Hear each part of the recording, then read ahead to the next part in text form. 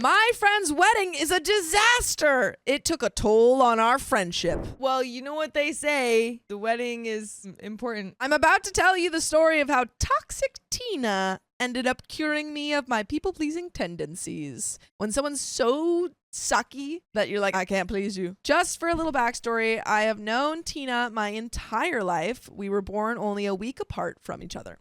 We were next door neighbors until middle school when Tina's family moved across town. We still saw each other at school and continued to be close straight through graduation. Never once growing up would I have thought she would grow up to be the venomous snake she is today. By the way, this comes from Sassy Bestie. And if you want to submit your own stories, go to r/OKStorytime subreddit. So, after high school, Tina went off to college. I moved away to enter the workforce. We lost contact almost immediately as our paths were going in opposite directions. It seemed like the friendship had come to its natural end. We would still think of each other fondly and talk on the rare occasion that we would be back home visiting. And this is how I should have left it. 3 years later, we both just happened to be in home for the same youth event. I was walking into the event hall with a baby on my hip and another in my belly when I heard a familiar voice calling out to me. When I looked up, I saw Tina pushing a stroller. We caught up while waiting our turn at the event. She had graduated college, started working, and was engaged. We exchanged phone numbers and went our separate ways. We maintained contact, even taking turns traveling back and forth to visit each other, officially back to being BFFs. 1 year later. It's the week before the wedding. This brings us to the Bridezilla portion of my story. The week went as follows. Day 1, we packed up my car and drove 3 hours away because there's still so much to do. I need my best friend. Day 2, we found out her soon-to-be mother-in-law, we'll call her Judy, who had begged to be in charge of decorations, pocketed the money Tina had given her for it, but did none of it. Mother-in-law was now denying that she had ever received the money. Since no one witnessed the transaction, Tina eventually relented and we went shopping for decor with my money. Weird. I now wonder if Tina actually gave her the money or not. Day 3, I saw my first ever glimpse of her inner psycho when I finished making 20 centerpieces to her exact specifications, and she decided they were all wrong. That's frustrating. She chucked one at her husband-to-be's head? He ducked, it hit the wall behind him. That's not okay. You're starting to throw things now? I tore all the centerpieces apart, redid them. She approved of them. Day 4. We went shopping because Tina decided to make the reception food herself to cut costs. While at the register, Tina got a phone call from the groom. We'll call him Jake. She went outside, leaving me to pay again with my money. Day 5, my husband and Jake went to the gym so we could have a small bridal shower for Tina. I don't remember much of this party, as every time I sat down, Tina would need this, her sorority sister would need that, her mom would spill this, her kid or mine would need changed. This went on all evening. How long were your husband and Jake at the gym? Because you said they went to the gym while you had the bridal party. Yeah. Well, maybe they were getting some, smoothies afterwards. Yeah. Maybe they were kissing each other. Maybe they were kissing a little bit. Who's to say? This went on all evening. The party ends. Her oldest child wakes up and can't go back to sleep. She sent me to sit with him because she was just too tired to check on her own kid who didn't fall back asleep that night. Day 6. We got up early and immediately started making the food. 10 minutes in, Tina realized we forgot something so insignificant I can't even remember what it was now. I figured it was okay. The store is 5 minutes away. I'd stay here with all the kids, mine and hers, and keep cooking. Tina would run and grab it and come right back. Several hours later, Tina finally came back, fake surprised, that all the food prep was done. She's like, oh my gosh, I was just at the store. You guys did all of that without me? What? You guys are so fast. Wow. Yeah, I know I was gone for 4 hours, but I didn't realize. Do you need help with anything? Oh, man. We went back to her house, put the kids down for the night, and I finally laid down and started falling asleep. When I heard Tina's oldest kid screaming, followed by Tina whining my name, asking me to check on him because I'm getting married tomorrow. I need to sleep. Oh, my gosh. Dude. You're still a parent. You're still a parent. You didn't get a day off. Yep. By now, I was seriously wondering why I was friends with this person, but I cut her an abundance of slack because I know how stressful wedding planning can be. So just like Elsa, I'll let it go. Day 7. Finally, the wedding day. The Lord's Day, if you will. Let there be light on this day. We were at church bright and early. We were all getting in back room when we heard arguing from another room. I went out to find the mother of the groom yelling nonsense at the mother of the bride. I still have no idea why. The father of the bride was running late, so we had to stall. He finally arrived. Mother of the bride slapped him, pissed off that he came at all. What is up with all of this aggression? Runs in the family, apparently. I mean, usually get your argument styles from your parents. And so if the bride is watching her mom do this, now she's throwing things at her husband, does not bode well. Not at all, man. I mean, I would say something. I'd be like, whoa, don't do that. Yeah. I checked the bride's makeup, straightened her tiara, handed her off to her dad, and made my way back to my seat. If you guessed that I was not actually in this wedding, you got it. That's so much work to not actually be part of the wedding party. Honestly. The ceremony went really well. I left the church and went straight to the reception hall. I made sure the food was set up, the DJ had his playlist, and everything was ready for the happy couple to arrive. To this day, this is the shortest wedding reception I have ever been to. The festivities went as follows. 20 minutes in, mother of the bride eats quickly, then sneaks away to her car when Tina isn't looking and leaves. Bride sees her car pulling away, calls, asks if she's coming back because you promised to take the kids for a week so we could go on our honeymoon. Mom says, I changed my mind, and hangs up on her. What? That's wild. Your mom is not a good person, man. Oh. Wow. Just dips on babysitting duty for a honeymoon? Yeah, she's like, I don't want to do that anymore. Figure it out. Yeah, never mind. Father of the bride offers to take them instead. Bride calms down, but vows revenge on her mother just the same. 30 minutes in, groom's teenage brother runs and jumps on the back of the bride's dress. Dress rips, exposing her entire rear end.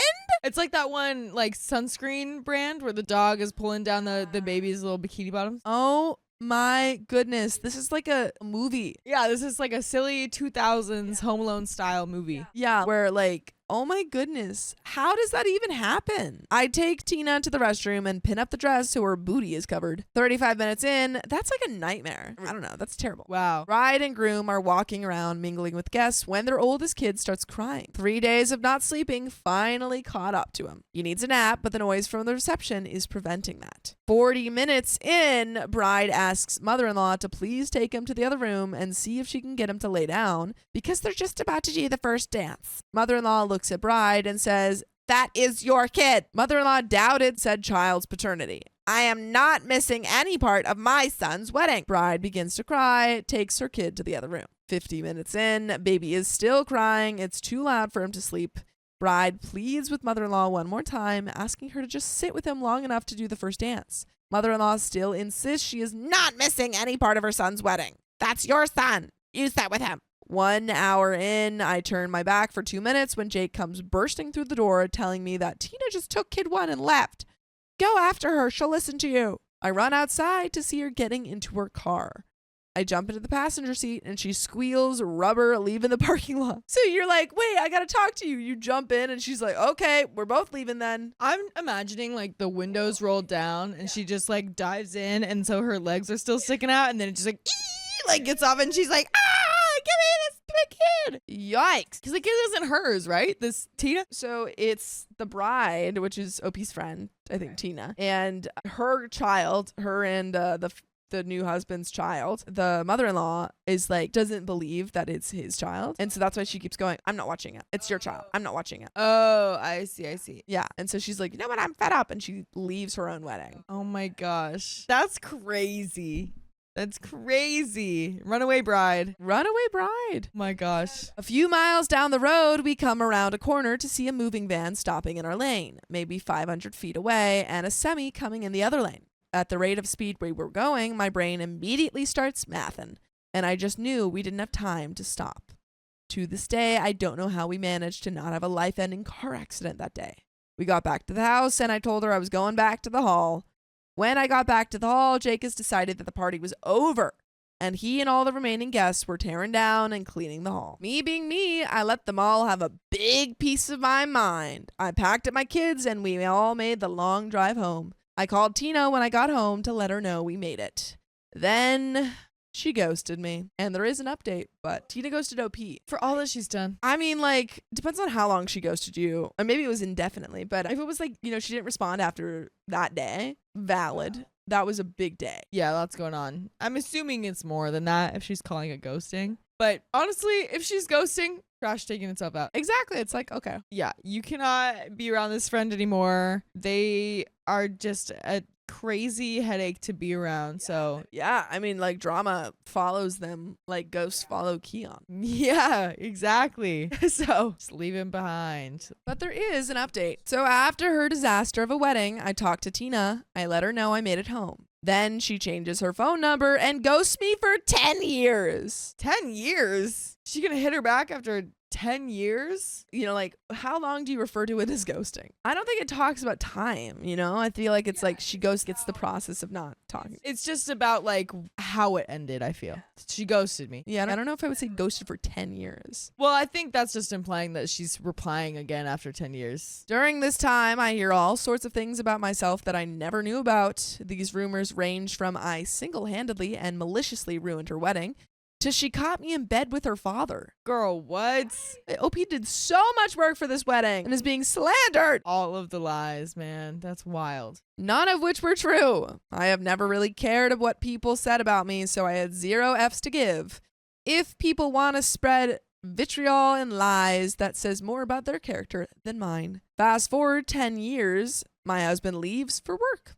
20 minutes later, his friend, we'll call him Joe, got hurt at work, works at the same place as my husband. He needs to be picked up from the hospital, but his wife isn't answering her phone. He wanted to know if my husband could take him home. I said, I'm sorry, he left, and told me he was going to work. If he didn't go, I have no idea where he could be, but that I would be happy to pick him up and take him home. When we pull up to Joe's house, the first thing we see is my husband's car in Joe's driveway.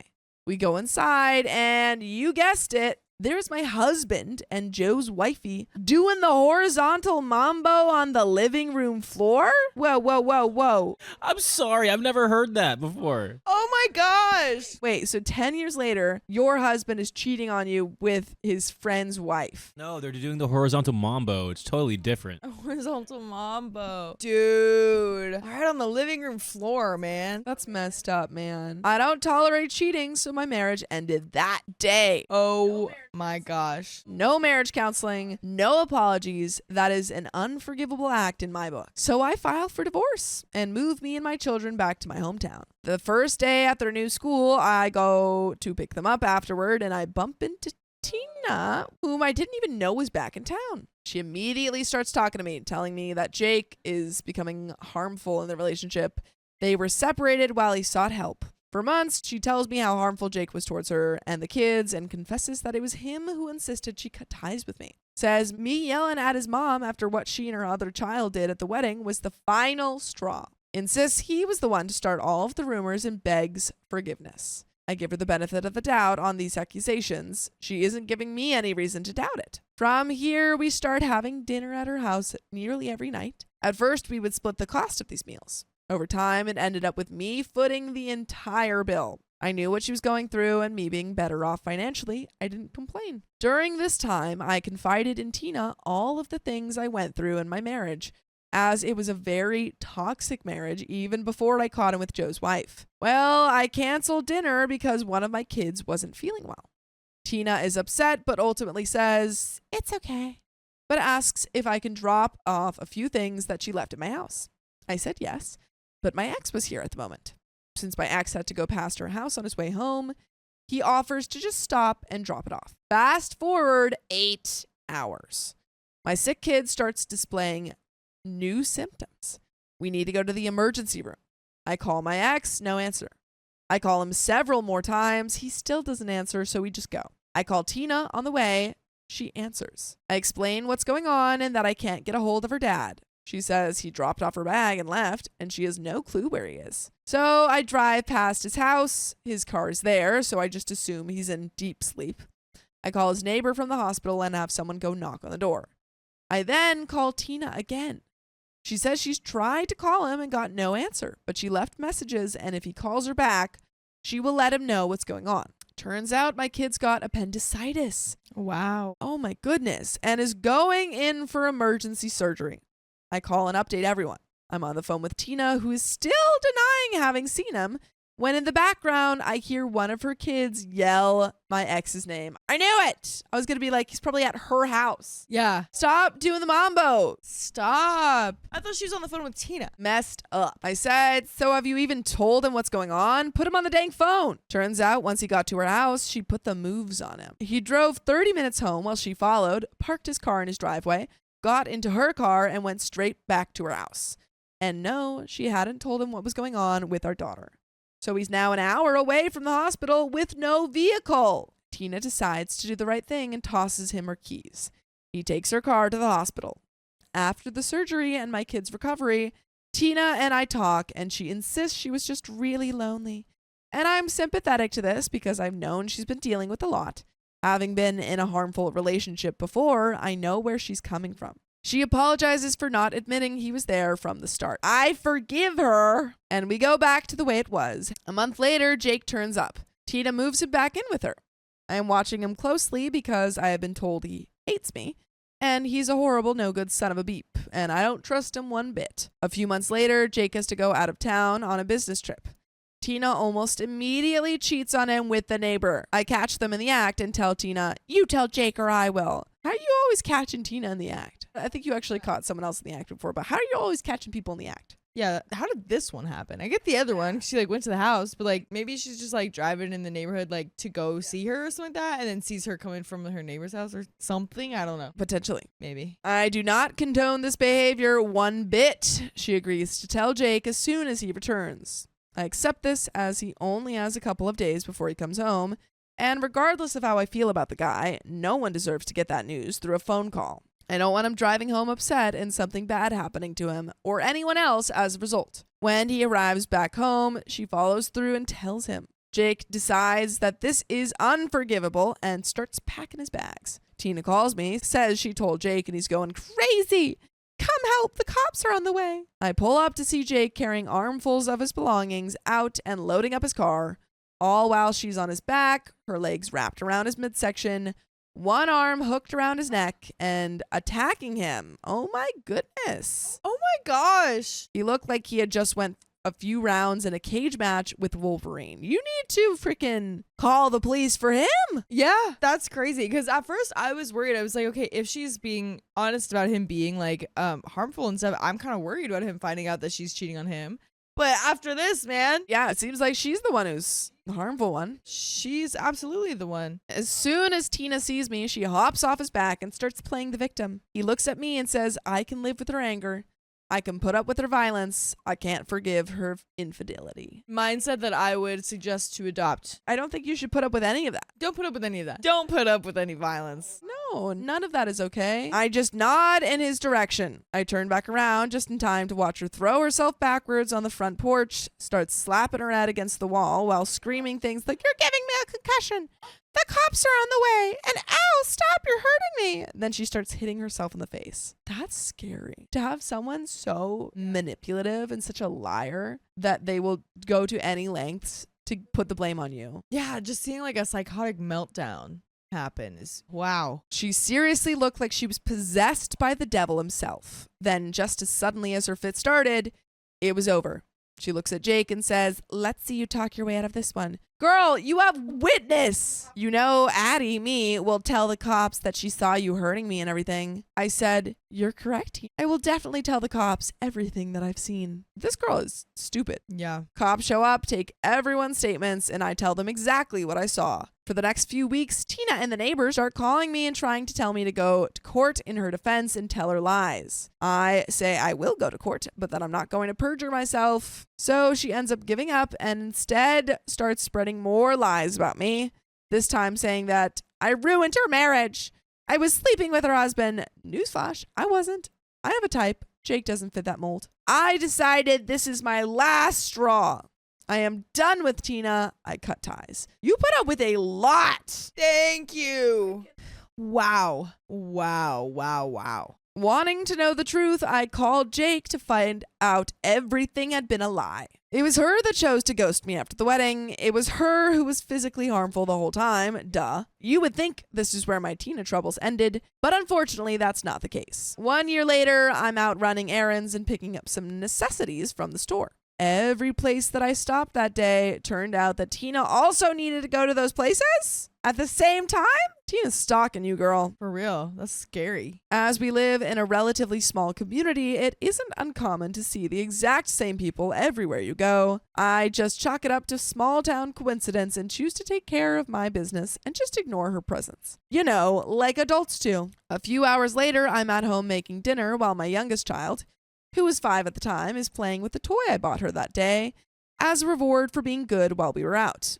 I think it was a playset based off of her favorite movie. When there's a knock at my door, I look out the window and see Officer Fife. Oh no. Hopefully, I feel like maybe, she called the police on you for something. Or maybe she called CPS or something. Or maybe there's an investigation and the police need to ask you questions. Hopefully. Confused, I open the door and ask, what can I open with? He informs me that they got a report that I was stalking and pestering Tina and her little craps all day, and her 6-year-old child and her 4-year-old child were distraught, and he believed these children's stories. I tell him I have several witnesses that would disagree, as I have not done my shopping alone. I was with my new boyfriend, whom Tina had never met, and everywhere I went, I knew just about everyone I saw that day. Several of them knew the history between me and Tina, and I was sure they would clear things up. Officer Fife does not like my version of events and informs me that I have no right to be in any of those places. I'm talking grocery store, local restaurant, gas station, Family Dollar, and the nursing home where we both had loved ones, essentially trespassing me from every public space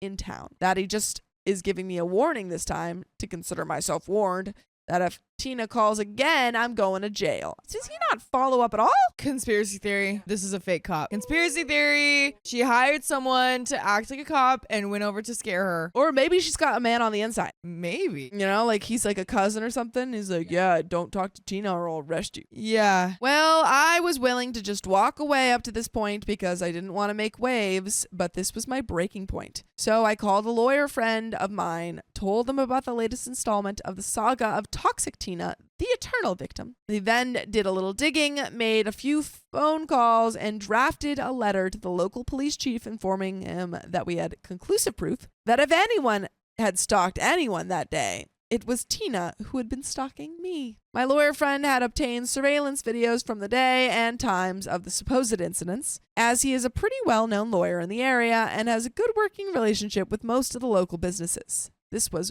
easy to obtain. In each video, it clearly showed me and my horde of munchkins walk through the door, followed by Tina and 2 of her children anywhere from 2 to 10 minutes later. He informed the chief that Officer Fife's actions that day were not only unprofessional, but also an overstep of his authority, as none of the business owners were even aware that Tina had made these accusations. He also sent correspondence to Tina letting her know that filing a false police report is a federal offense. These letters put both Tina and the local PD on notice that if Tina or Fife continued to pester me, we would not only be filing charges against Tina and Fife, but we would also be filing a suit against the PD. Fife was fired shortly after, and to this day, 15 years later, I am now really good friends with Jake.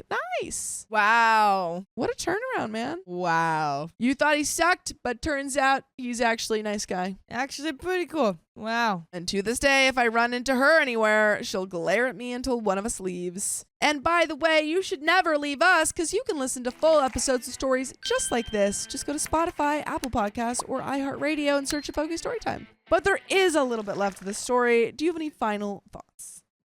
This is just, how is one person so insane? Yeah. I mean, how did it go from 10 years ago, Yeah. You're helping out with her wedding 10 years later and she's filing false police reports. Yeah. It's just, people are wild, man. People are wild. They're wild. But there is a little bit left to the story. All right, let's see it. To this day, she has not started anything more.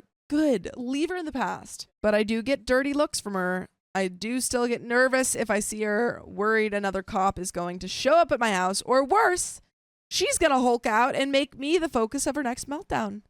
When the friendship ended, she was in possession of a lot of my stuff. Things I really didn't want to lose, but seemed like a small price to pay for my own mental health. And that is the end of that story. Wow. Dang, man. Yeah, I mean, leave Tina in the past because she stinks. Crazy story, crazy Tina. Yeah. Oh my goodness. But that's the end of that story. My best friends keep ignoring my girlfriend. What'd you say? We're due one more time. Oh. Did he actually get you with that? Yeah. That's wild. Oh. That's funny. Oh. We got that. We got her. Writing the title makes me feel super childish, but I swear it's deeper than what it seems. Some backstory: I, 18 male, have had a group of friends since I was 6 years old, consisting of 3 girls and me. I know this might sound unusual, but it's worked for me. Boys and girls can be friends, and it's weird to assume they can't. I would know. Most of my friends, well, not most. I would say it's No. half and half. You can't be friends with girls as a guy. Would never allow it. Couldn't do it. There's Allison. Probably my realest friend because she's most similar to me and has been in all my friend groups since we were 6. Then Dina, who's in our circle, but I'm less close to since she went to a different 6th form. Lastly, there's Olivia, 18 female, who had a different circle during secondary school, but we've gotten closer again in 6th form. What is 6th form? It's British. Okay. British. Yeah. British. It's British. By the way, this comes from Global Ad 9835. And if you want to submit your own stories, go to the r/OKStorytime subreddit. So I'm Sophia. I'm Riley. And I'm Keon. And OP says, I know my now girlfriend Sam because she knew Dina. Sam and I have been friends since starting 6th form and dating since May 2024. It's going amazingly well. All right. Is OP a male or female? Checking. I need to Male, know. 18 male. 18 male. Okay. I've never felt this close to someone before. We're communicative, open, and comfortable. Similar in some ways, but not too similar, with shared interests and willingness to learn about each other's hobbies. She's a lovely person with a beautiful soul. I feel silly saying this so young since anything can happen, but I'm very secure in our relationship. Sam and I were part of a friendship circle consisting of me, her, Allison, Olivia, and 3 other people. Our friendship group is predominantly queer. I'm bi, my girlfriend is queer, and most of our friends are LGBT and probably neurodivergent. We're all very nerdy and love D&D. Great. Which is how we made friends initially, except for Olivia, who isn't LGBT and doesn't share our interests. Get her out of there. Why is she in the group? Why is she there? I don't know. Maybe she just. I mean, you can have She friends. You sounds can have friends lame. outside of the group, but she has 0 interest with everybody else. She there's nothing here. I don't know. Maybe I feel like people stay together in school, and then like once they get out of school, it's like, oh, I still have to be friends with them, but you're just on different lanes. Yeah. There's nothing wrong with being different as long as you're respectful, but she doesn't feel like we have common ground because she doesn't like D&D. Even so, she and I still have similar interests and things to talk about. We tried getting her involved with D&D, but she refused. Everything was fine for over a year until December 2024, Uh-oh. when I'd been dating Sam for almost 7 months. Olivia had no qualms about our relationship until that point. Uh-oh. And now she wants your D&D. Oh. She was actually the first person I told about my crush on Sam and was very supportive since we often gossip about relationship stuff. My girlfriend had mental health struggles, heightened anxiety, suspected autism, and depression. December was extremely stressful for her with design projects due, and she's a self-proclaimed perfectionist. One day, everything became overwhelming, and she'd been crying quite a bit. Our friends and I were supportive and helped her calm down from a panic attack. At day's end, she was still upset and wanted comfort, but we had to wait for the bus with Olivia. My girlfriend couldn't help being upset, and obviously I wasn't going to ignore that, so I focused on her. Olivia went unusually quiet, uncharacteristic since she normally jumps at the chance to help crying people. She went on her phone, played games, and ignored my crying girlfriend. I assumed she was giving us space as a couple, though it made me angry that she wasn't showing sympathy. Maybe she shows sympathy to you, OP. And when it comes to other people, less so. your girlfriend, she doesn't know how to handle it because she has complex emotions about your girlfriend, Sam. Think that could be true. I occasionally tried talking to Olivia, but she'd pretend nothing was making Sam upset. When we got off the bus, Olivia and I had to walk 2 minutes to where our paths diverged. She stormed ahead without speaking, classic cold shoulder behavior from her when she's mad. I tried figuring out what was wrong, but didn't text since it seemed too minor. She continued ignoring us the next day. I worried it would be awkward in our shared history class. But as soon as I was away from Sam, she acted normally with me. Great. She's done being mad at me for some reason. But she kept giving my girlfriend the cold shoulder. Every time Sam texted to apologize, Olivia would respond, "Nice apology," or "Thanks," but continue the charade. Dude, Olivia, you got to play a little smarter at this game. Yeah, Olivia, If you're trying to jump OP's bones, this isn't working. Her. This is not how you do it. got to be a little bit more charismatic. Yeah, man. Come on. Figure it out. She'd ignore both of us together, but be nice to me alone. I wonder why. OP just doesn't see it yet. He's an 18-year-old guy. He's an 18-year-old Of course guy, he just doesn't doesn't see see it. it. Dude, I didn't know a girl liked me until she put her head on my shoulder. I didn't know Angie liked me until she held my hand on the first date. And I was like, wait, I think she's You guys into were me. on a date. I don't usually initiate touch until the third. Wow. I know. Sam kept trying to be nice, but got nothing. Allison, our mutual friend, asked her about it during a text conversation, but Olivia just stopped responding completely. On the last day before Christmas break, my girlfriend was having a bad day, still stressed from projects and this cold shoulder situation, and Olivia was giving her immature, cold looks. A mutual acquaintance straight up asked her what was going on. I should have done this. I hate confrontation and am very avoidant, but I should have stepped up. Her answer still confuses me because it's unfortunately all I have to go on. She's too emotional. She cries too much. Another thing, she cried because OP and I are friends. She's trying to incite discord into the friendship. Mm-hmm. That's ridiculous and downright delusional. OP, if you ever have relationship troubles, go to anybody but Olivia. Yeah. I know this.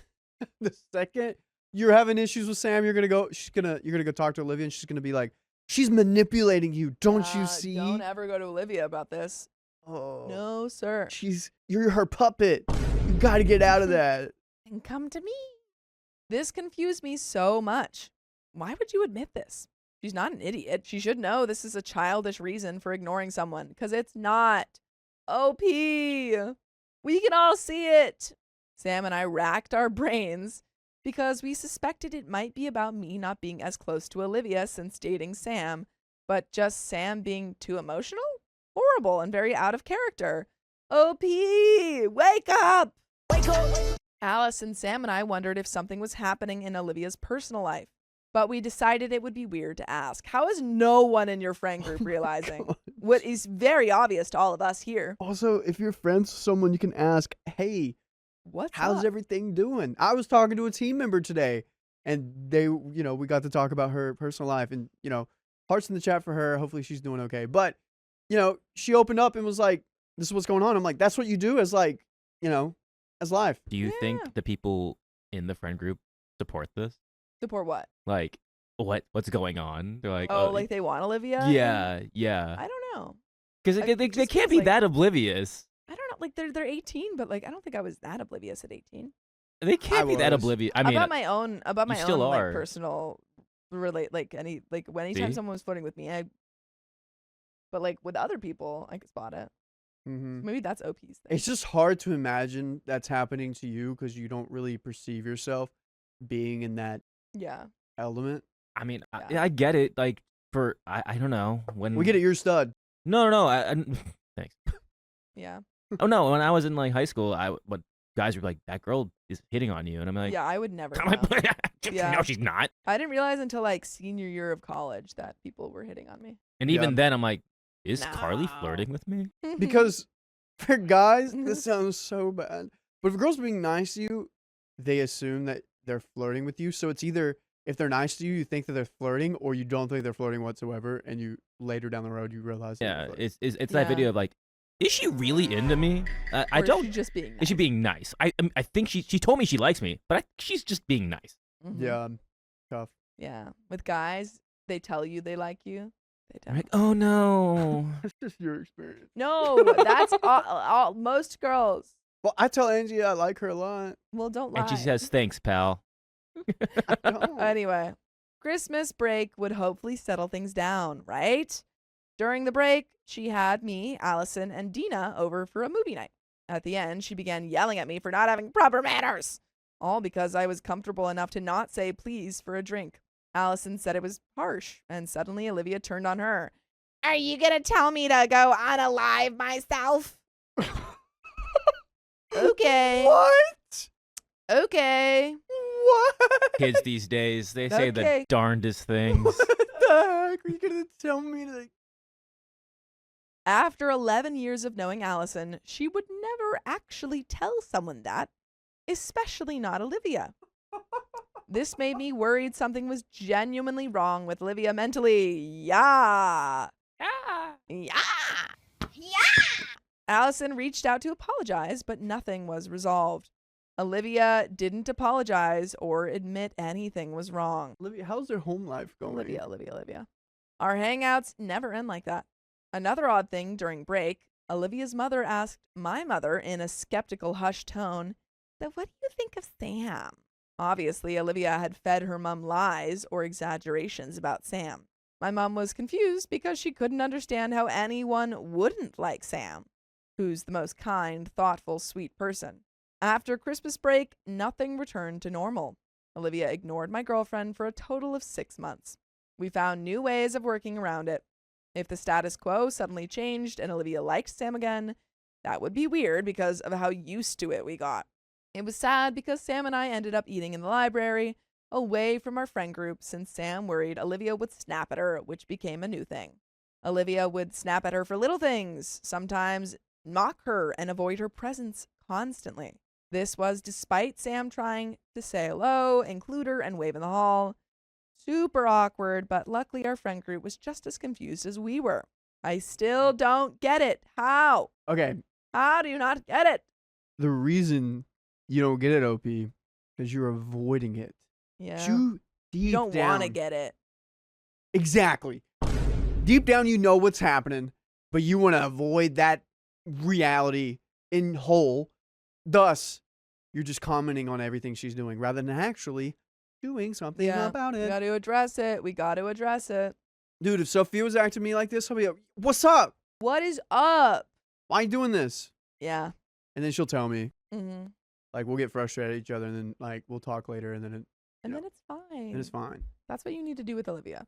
We always tried including her in every interaction, but she'd ignore us. Then she'd turn around and complain to Allison that she didn't feel welcome in the group anymore. Wonder why, Olivia? So it's 6 months of this, cold shoulders, snapping at Sam for the littlest things like she was finding any excuse. Then suddenly, on the last day before summer, she bounded up to my girlfriend and greeted her with a polite smile, talking normally. This made me think I could finally talk about Sam in front of Olivia without her getting weird again. Nope. To this day, she still goes quiet and doesn't respond when I mention Sam. Just a week ago, her mom asked mine about my girlfriend in the same manner as before. I guess I just feel crazy. Writing this down should make it obvious. What I should have done, asked her what the heck she was doing. Katie Paladin says they're also neurodivergent. Remember, Sophia, that's true. I thought everyone but Olivia was. Everyone but Olivia is. Yeah. So, like, sure, that might be contributing to it, but, like, also their moms don't realize what's going on. Just, like, no one in this situation realizes what's going on. And I'm like, one person must have. I kind of don't know what's Figured it going out. on anymore. I don't know what's going on. But she created this environment where I couldn't confront her properly without feeling like I was overreacting. Creating conflict and confronting her felt pointless after 6 months. Why did she ignore her for 7 months total? Was it really because my girlfriend was too emotional? But I would get emotional if you listen to full episodes of stories just like this. Just go to Spotify, Apple Podcasts, or iHeartRadio and search up OK Storytime. But there is a little bit left to this story. Do you have any final thoughts? Yes, they're all 18 and teenagers. Yeah. And some of them are girls that are teenagers, and some of them are guys that are teenagers. They're all young, and they're all of the alpha generation, right? It's alpha. We're Gen Z. No, I think they're the beta. Are they the beta or the alpha? No, no, no, no. Maybe alpha. Alpha. They're They're 18. alpha. They're 18. They're alpha. They're all might- alpha. They might still be Gen Z, actually. I don't know what the cutoff is for a Gen Anyways, they're too close to being alpha, so none of those kids make any sense. I think my Point brothers is, are alpha. Well, you think they're alphas? Or Gen Alpha or whatever. Yeah, have that conversation with Olivia or cut her off. I don't know. You got to pick one.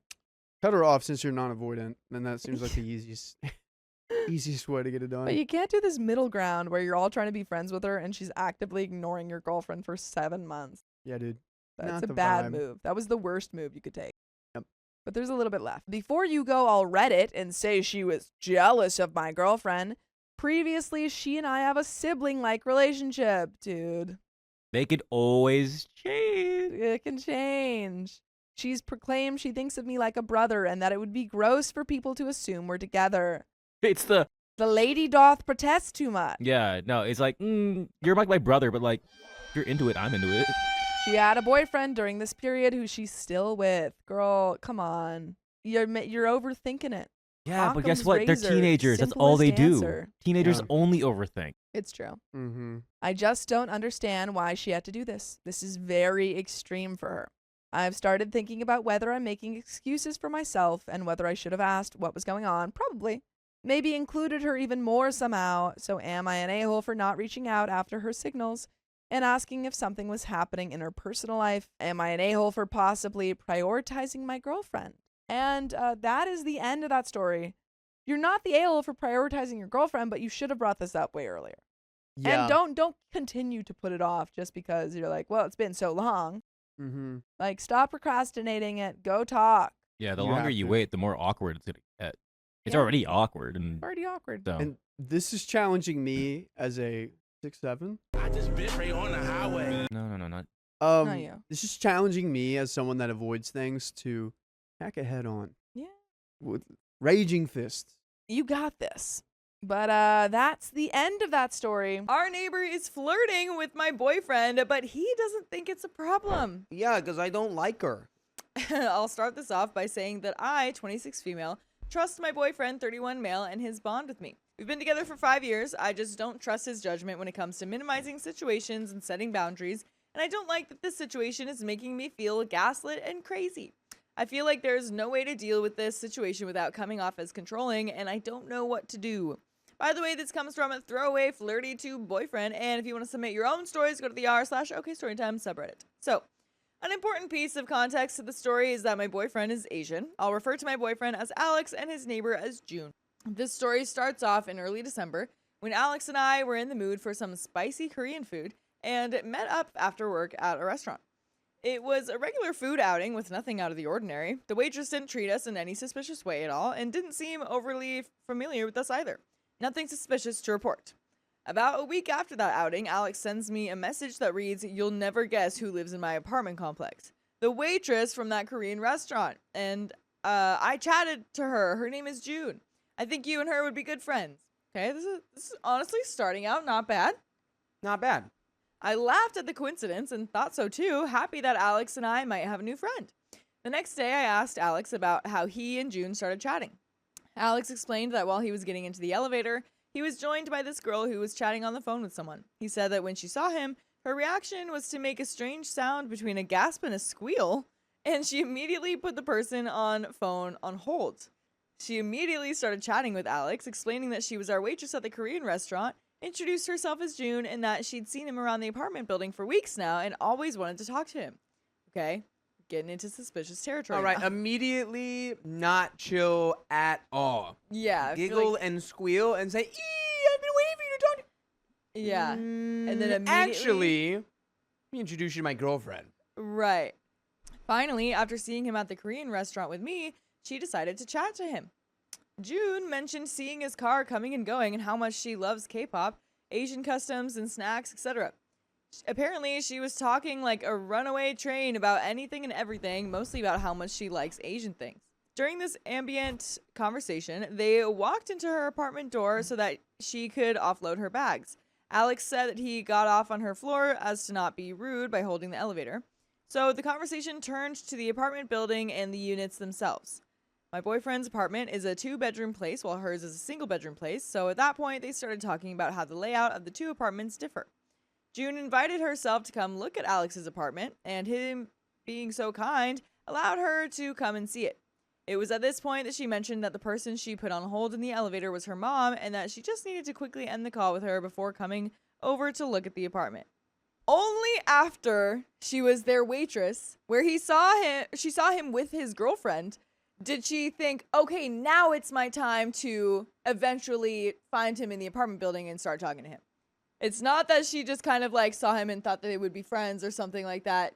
Like she probably would have kept holding herself back if they didn't have this conversation starter. This is weird. This is very weird. It is weird, dude. It's very, very weird. It is weird. Undeniably weird. Alex said that June showed up 10 minutes later with some snacks and her phone charger, asking him if he'd mind if she charged her phone while they chat. This chat turned into a 2-hour-long conversation. I'm like worried for his safety, not even just their relationship. I'd be worried about everything. I'd be like, oh my God, someone could just walk down the street and next thing you know, he'd be like, hey babe, can I borrow some money? I accidentally drained my entire bank account for somebody just because they asked me to, I guess. I don't know. Right. I was talking to them for 45 minutes. The next thing I knew, I had signed them onto all of my bank accounts. Yeah, like can you help me look for a new place? Because this girl, like, we were chatting and she just brought over a sleeping bag and said, oh, can I stay here for a little bit? Now she won't leave.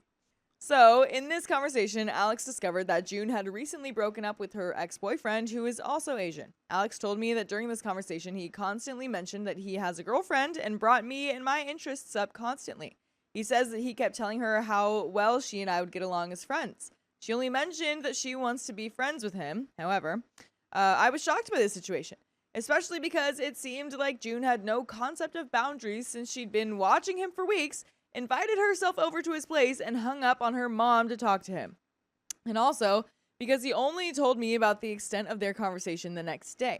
But I didn't get angry. I just had a conversation with Alex that this situation is extremely uncomfortable and a bit stalkerish if she'd been watching him for weeks. He wholeheartedly assured me that it was innocent and that June just wanted to be friends. I also told him that I'm happy for him to make friends and I'd give her a shot at being friends as well, so long as the next time they met up in person, it was all of us together so that I could also get a feel of her. The next time Alex told me about June was to tell me that she had asked him out on a date. This girl. Clueless. So to clarify, Alex doesn't see it as a date and is playing it down. But the situation is as follows. It was a Friday evening and she called him to ask if he wanted to go to a fancy restaurant with her since she has a reservation for 2 and the other person can't make it. Alex and I already had our own dinner plans, so he declined. When Alex told me about this, I was upset. You don't pay for a reservation. There was no reason why she couldn't go alone, cancel, or postpone the reservation, or ask one of her friends to go with. And the fact that it was a reservation for 2 people on a Friday night at a fancy restaurant set off alarm bells to me. Yeah, she definitely made that reservation for the 2 of you, my guy. Absolutely. She schemed this whole thing of like, oh, like I'm gonna hang up to talk to you, but secretly to like go to your apartment. So of course she can scheme with this thing. It's such an easier scheme to do. My goodness. So this situation upset me because Alex kept trying to play it down as a friendly gesture and told me that I'm wrong for labeling it as a date. He kept saying that he already told her that he has a girlfriend multiple times and that she wouldn't make moves on him because he has a girlfriend. I asked him to tell June that I was uncomfortable with the situation and set a boundary with her. He told me that he didn't want to cause a scene or create drama, but that he won't talk to her or befriend her. That upset me more as well because I feel like he's making me into the barrier of not being able to be friends with this girl while my actual request was to set a boundary. Cue to this Friday, Alex and I were on a short weekend vacation to the beach with some friends of his. I'm quite tired, so I'm relaxing in the room with the door open. Alex mentioned earlier that he was posting some of the pictures to Instagram, and from the room I heard him chatting with his friend about who had commented on his story since they have many mutual friends. Then I hear Alex tell his friend, it feels like half our city is also here this weekend. His voice dropped to a whisper, but I still heard him. There's a girl from my apartment complex here too, but OP doesn't like her. Uh-oh. You're being followed around, my guy. Uh-oh. Is this rage bait? Is there any man out there who's this oblivious? At that moment, it felt like the fury of 1,000 suns entered my blood, and I shot up to enter the conversation. There's only one person in Alex's apartment complex that he would describe as me not liking. I didn't even know that Alex had added her on Instagram, and even more awful, that it felt like he was telling his friend my dislike of her was unwarranted. So I entered the room and loudly said, that's because she asked you out on a date. She had a date reservation for 2 at a fancy restaurant and asked you. He tried to downplay it again and said, no, it's only because the other person couldn't come. And I retaliated by saying, so she asked you.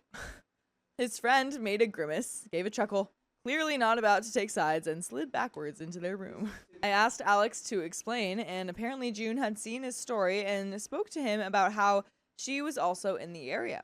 It sounds innocent, but I didn't look at the messages, so I don't know if she asked him to meet up or anything. By the way, I'm going to ask you to go find full stories with more episodes like this one on Spotify, iHeartRadio, Apple Podcasts, or whatever your favorite podcast app is. Just search OK Storytime, and there is a little bit more to the story, but I'm kind of confused about the little area, like being in the area. I thought they were in his apartment. The title was literally like, oh, she's just flirting with my boyfriend. She's stalking him. Yeah. She's watching his car come in and out of the apartment, like talking to him about Asian culture and stuff when we don't necessarily know her racial background, but I'm kind of assuming from how it was written that she's not Asian and she's just being really weird about that.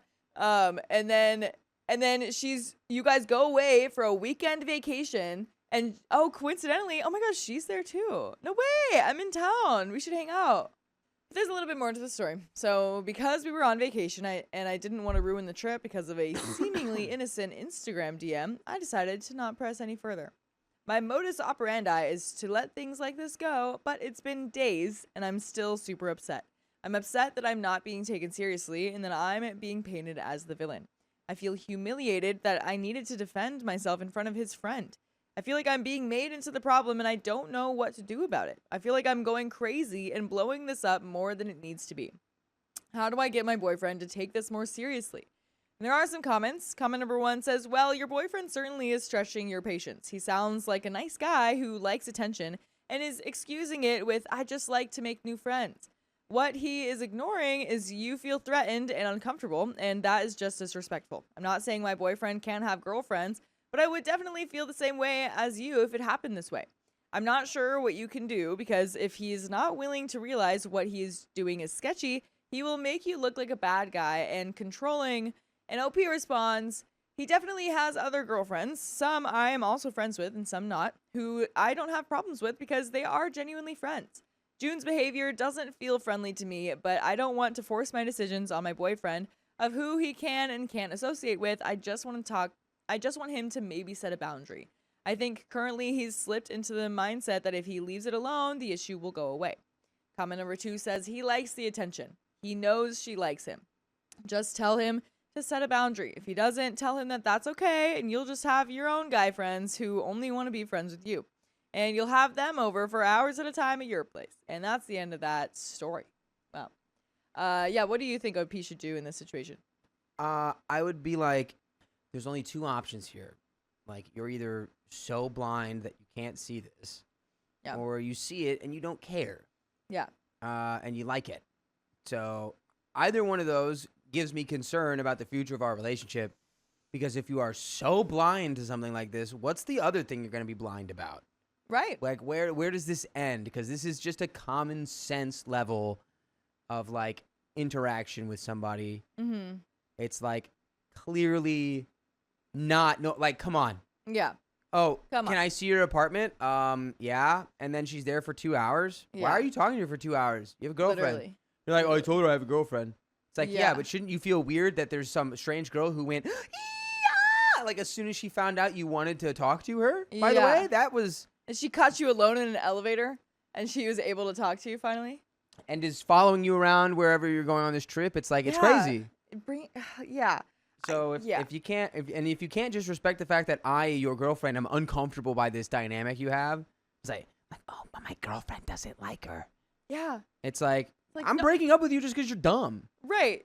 Sorry. My aunt called the authorities on me after trying to steal my late uncle's estate. Officer, he won't let me take this from him. Trigger warning for child abuse. My family has been toxic since long before I, 52 female, was ever born. I was the first in my generation, and my mother was the golden child. When she had me, my mother went full pearl-clutching, think of the children, and demanded everything in the family changed to be family-friendly. Since she was Grandma's sweet baby golden child of perfection, who always got everything she wanted. She got her way with everything. By the way, this comes from Venting Machine Time, and if you want to submit your own story, go to the r/OKStorytime subreddit. I'm Sophia. I'm Dakota. I'm Carly. And we're here to give good advice goofily, but we don't have all the answers. We only know what we do. So let us know what you would do in the comments. And OP says, nobody ever came for her because grandma ruled with an iron fist. And that was her perfect, sweet baby golden child. So they hated and resented me, the baby, instead. They're like, well, I can't do anything about OP's mom. But OP's just a little baby. But I can do something about this stupid little baby. Dude, that's literally the plot of Hercules. Who put the glad in Gladiator? Hercules. To say this was deeply confusing and hurtful as I grew up would be mild. You might ask why my mother, who had power in the family, didn't stand up for me. She never wanted me. Ooh. I was a baby trap gone wrong that left her with a kid who had needs and no rich husband of her dreams. He bailed. She was stuck with a kid she never wanted, who served only to remind her of her failures and suck up resources she didn't want to spend on a barfing brat. One of her favorite things to call me, even though I have a cast iron stomach and almost never throw up. I never throw up. Never. I'm too strong. My stomach's made out of the same stuff they put on battleships. Oh, he goes, no. I don't throw up. I could swallow an entire live cannonball. At least that's what she told me whenever I wanted anything like attention, food, clothes, or basic human respect. You get the idea. I had 2 irresponsible parents and was stuck living with one of them. My Uncle Tommy, not his real name, was the other hated scapegoat of the family. Why? He was my sweet baby golden child, perfect mother's bad seed twin. He was attracted to the same gender. He didn't go to college, became a heavy equipment mechanic. He also sued the Catholic Church for what they did to him back in the 50s when he was an altar boy. I'm not gonna make any jokes about that. Oh, There's dang. no joke to be made there, but I'm not gonna make it 'cause it's not for here. He ruined the family. He brought disgrace on them. He's going to heck, blah, blah. You can connect all these dots real easy with the toxic family that claims to be saintly while using religion as a weapon. Uncle Tommy passed away in July.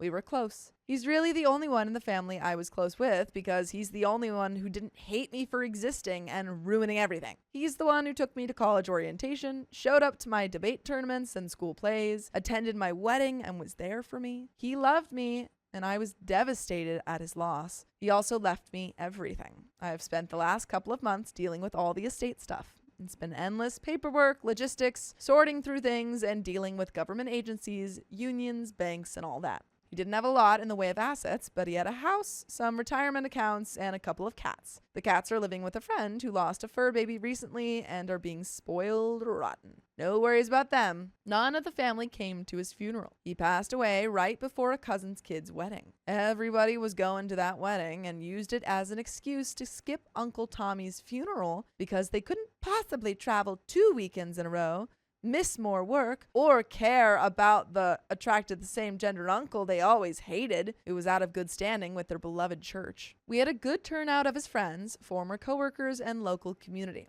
I was the only family there. I did make sure all the family was informed and invited, even the ones I hadn't talked to in a solid decade or more. Cut to this morning. The biggest busybody of an aunt gave me a call using a number I'd never seen before. We'll call her Aunt Sally. Aunt Sally is the kind of lady who will tell you to your face that you're going to heck, and that she's saying it for your own good so you have time to repent for whatever imagined sins she thinks you've committed. She hasn't contacted me in over a decade since my mother passed away. She decided she should inherit my mother's estate and be in charge of everything because her younger sister passing away was harder for her than for me, since she'd known her longer. She said my mother never liked or wanted me anyway, so how could I be all that upset? Yes, she said all of this to my face, including the immortal line, "You were just a mistake that got out of hand anyway. You were never family. You don't even have a father. How religious of you. How saintly." Yeah, it's always the most pious who can Yeah. spit the most venom. Wow, yeah, that's so kind of you to say, Aunt. Wow, I'm sure they'll love that in heaven. She's a woman of Christ, but she sports the fangs of a viper.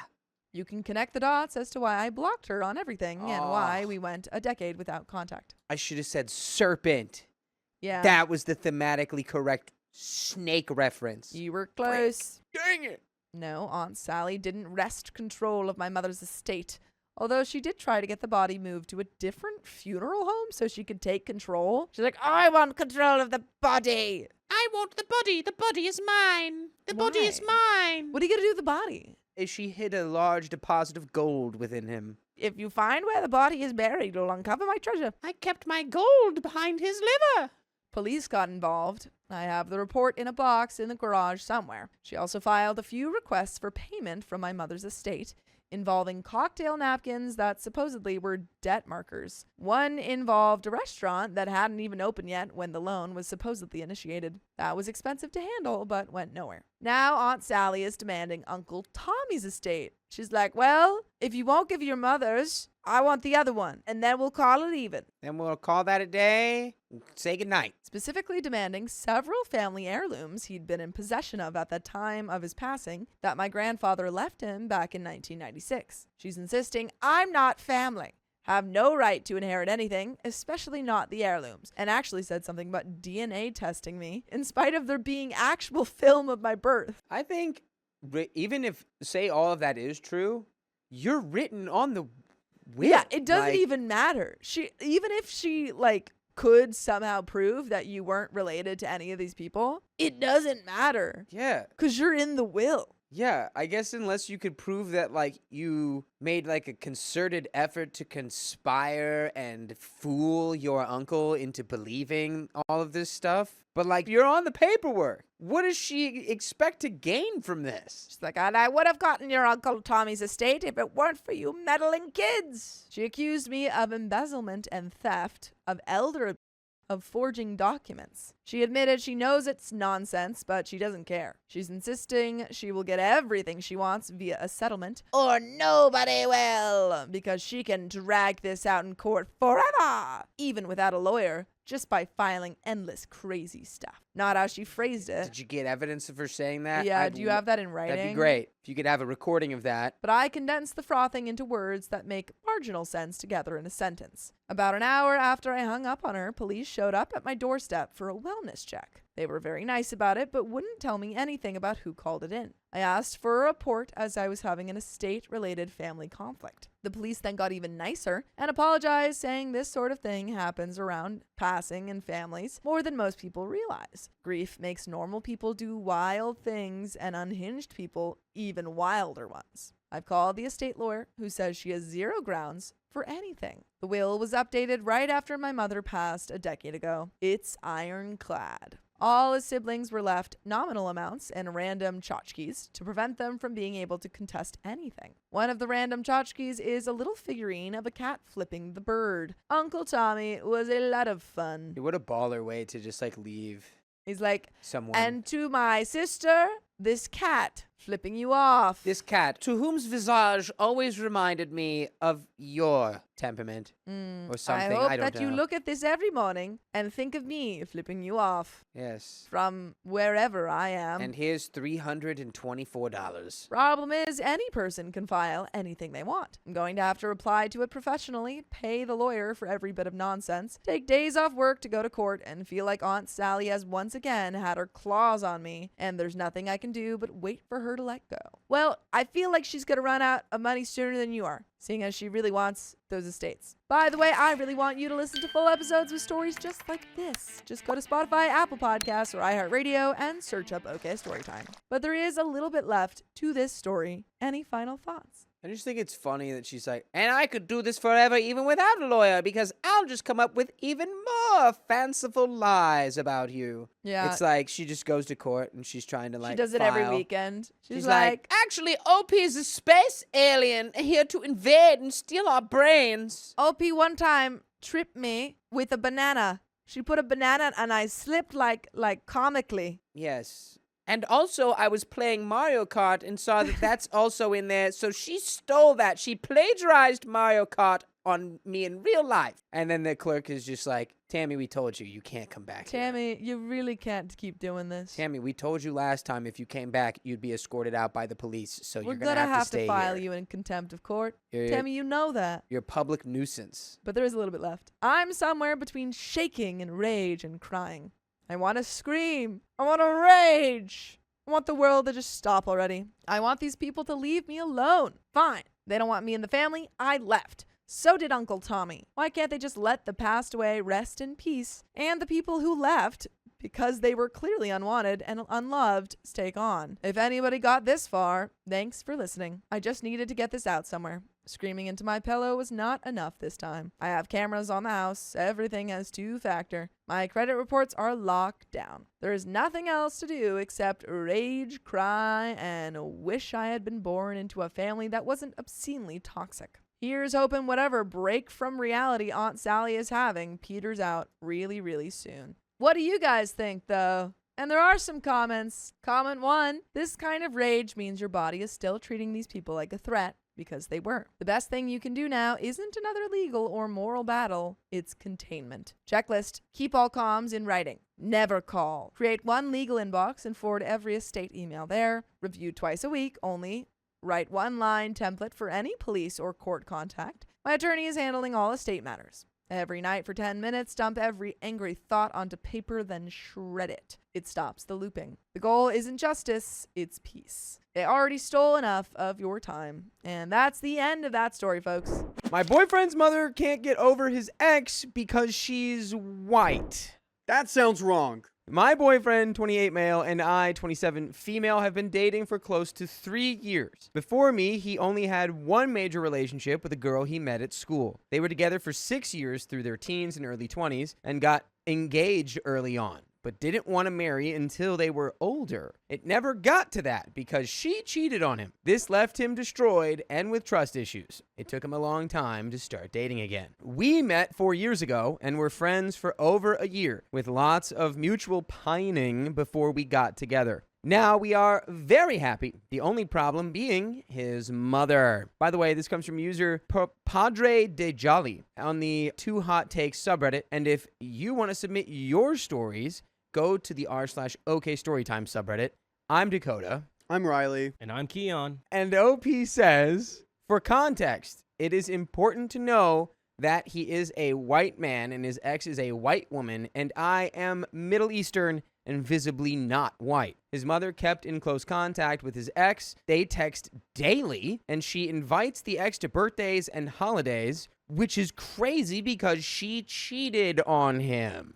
Maybe she regrets it. I know that she does this because her husband told me after we first met, because I was distraught that his mom didn't seem to like me. At the time, I understood because she was grieving the loss of the relationship, but now we can't go to anything family related because I don't want to insert myself in that situation, and my boyfriend understandably doesn't want to see the woman that broke his heart. His mother has been blaming me for keeping him from his family because he never told her that her behavior is hurting him and to stop inviting his ex to everything. I tried telling him that if he would put his foot down, his mother would listen to him, but I can't get through to him. His idea of dealing with this is to move away and leave this mess behind us. But the rest of his family has been nothing but kind to me, and my family is also here, so I don't want to move. That was my situation until yesterday evening. His sister called me to warn me that their mother wanted her to invite the ex to her upcoming wedding. Okay, just hold on. Their wedding, their rules. Come on.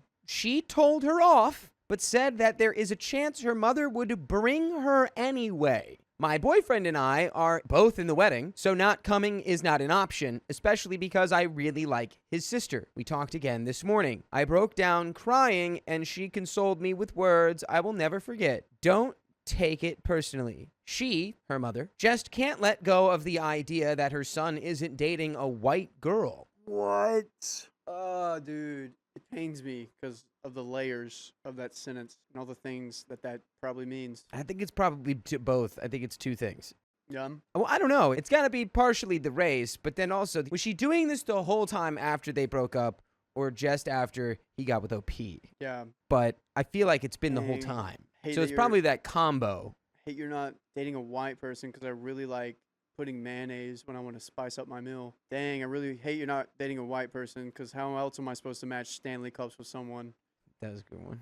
Stanley Cups over here. How are we already aware of this and we're not like taking extra precautions to be like our mom's not attending the wedding? Oh, if you haven't caught on, the guy's a beta. Even the sister though is like, I'm afraid she'll show up anyway and bring her. It's like, hey, security, don't let her in. She's not allowed here. I don't know. All right, well. Okay. Okay. Anyway, I was dumbfounded, says OP. I thought the mom had a bond with the ex or some other reason to do this, but his entire family never showed any kind of bias against me. I confronted my boyfriend about this, and he agreed with his sister. His mother is treating his ex as if they never broke up because she is white. She doesn't see his current relationship as real because I am not white. That's the reason why he wants to move away and refuses to talk to his mother about it. He thinks this is never going to get better because his mother will never let go of the idea that he was going to marry a, quote, a nice white girl. I'm a huge family person, and the thought of leaving both of our families behind makes me sick. But being confronted with either facing his ex or missing out at every major life event of his family is starting to wear me down mentally, so I don't know what to do. Small update. I've been in close contact with his amazing, wonderful sister, who apologized for not realizing sooner that this mess is taking such a huge toll on me. She offered to uninvite her own mother to her wedding and set up some sort of security to make sure me and my boyfriend can be a part of the wedding without running into his ex, who apparently has been talking crap about me a lot.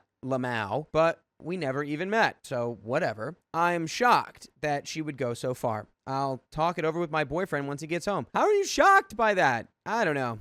So this lets me know that if the ex has a chance to get back with your boyfriend, she's going to take it. And I think she still is interested in the boyfriend, is what I'm hearing. The ex cheated on the boyfriend. Yeah. And then texted him, hey, love you. I don't know if there was any texts, but it was like there was cheating. I would hope he definitely doesn't sound like he has any desire to if he's willing to just move across the country Yeah. to never see her again or his family. But Wild. yeah, we need to really put the screws to the mom here. Yeah. The whole fam. Everyone aware of this. What do you mean by that? How'd that look? What? Putting the screws to the mom. Yeah, being like, hey, your little Aryan fantasy going on over here, very uncool, very not good, very bad. How would you? You are going to be excluded now Oh, with words. from everything. And actions. Yeah, We're on the same page now. comments. Comment 1, I'm sorry. Sometimes it's better to just break off all contact. Trust your boyfriend. OP says, I do trust him, but moving would mean leaving my family behind as well. We live in a small city, so cutting contact wouldn't work unless we move, especially because his sister lives down the road. I don't know, maybe I'm in denial, but I don't want to give up. Comment 2 says, I would be so petty. I would show up to these family gatherings and be the happiest couple in the world. Flaunt the wonderful relationship you have, and I bet the ex will stop coming. And yes, I'm aware that this is immature, but you can't fix stupid and ignorant. So rather than cutting contact with an entire family that has been nothing but kind to you, except for the one, make it really uncomfortable for the ex to come at all. I also understand your boyfriend doesn't want the drama of this, but this is personally what I would do. I'm not afraid of confrontation, though, and some people just can't handle that. OP replies, ... I can't believe I never thought of that. It crossed my mind to seek out his ex by myself and ask her what she's doing, but I like this idea more. I'd have to force my boyfriend to do that, though, and he really does not want to see her at any cost. I'll try to talk to him about this. Comment number 3. Girl, you and your husband need to rock up to family events and show the ex she isn't part of your husband's family. You two have done nothing wrong, and you shouldn't have to move just because your mother-in-law is discriminatory. She needs to drink some humble tea. And there is an update. So, first order of business. We are not moving. Good. I like that. We decided that leaving our friends and family is not the way to go. Regarding the wedding, my future sister-in-law is marrying her husband-to-be in the fall. Her mother will not be attending, and there will be security present to prevent any drama. Wow. Yes, that's great. We continue. Sister-in-law has been a rock for me these past few days, and she has made it very clear that in the future she will also no longer show up to gatherings if her mother keeps inviting my boyfriend's ex. I love that people here are fans of hers because I am too. She is like a superhero or, well, a big sister. My boyfriend, Many of you pointed out he should stand up to his mother. I defended him in the comments, and I stand by that, but you will all be very happy to hear that after I showed him the post, he did stand up to his mother. He heard the wake-up call. Incroyable. This is beautiful. See, sometimes people just need to explain the situation, hear a little bit of feedback, and then they act on it. This is beautiful. They probably don't know most of this stuff is an option, too. Like the boyfriend probably didn't know he could stand up to his mom. I guess, yeah, what are they, in their early 20s still? I don't I remember. think so. Like 24. But That was the last yeah, story. there does come a point where you realize, like, oh, I can just... Later 20s, 28, 27. Yeah. I can just stand on business right now, actually. Yeah. It's always good. As you may have noticed, I've been calling my boyfriend's sister my future sister-in-law because, yeah, he proposed. Oh, wow. Ooh. I got rid of one woman in my life. Let's add another. He stands up to his mom and immediately, like, after he defeats the final boss, he turns around and gives you the ring. Will you Oh, marry yeah. me? The ring.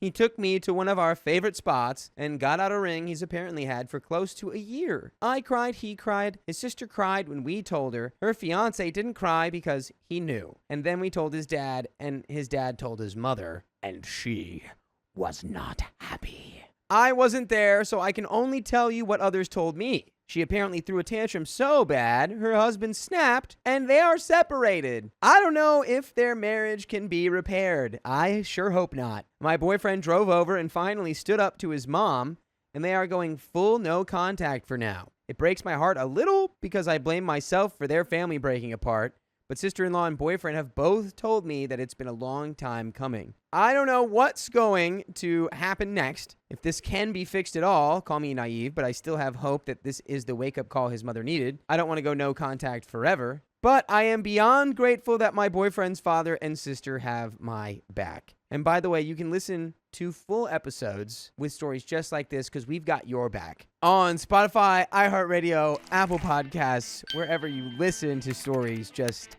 search OK Storytime, and you can listen to our whole archive. We have a little bit of story left.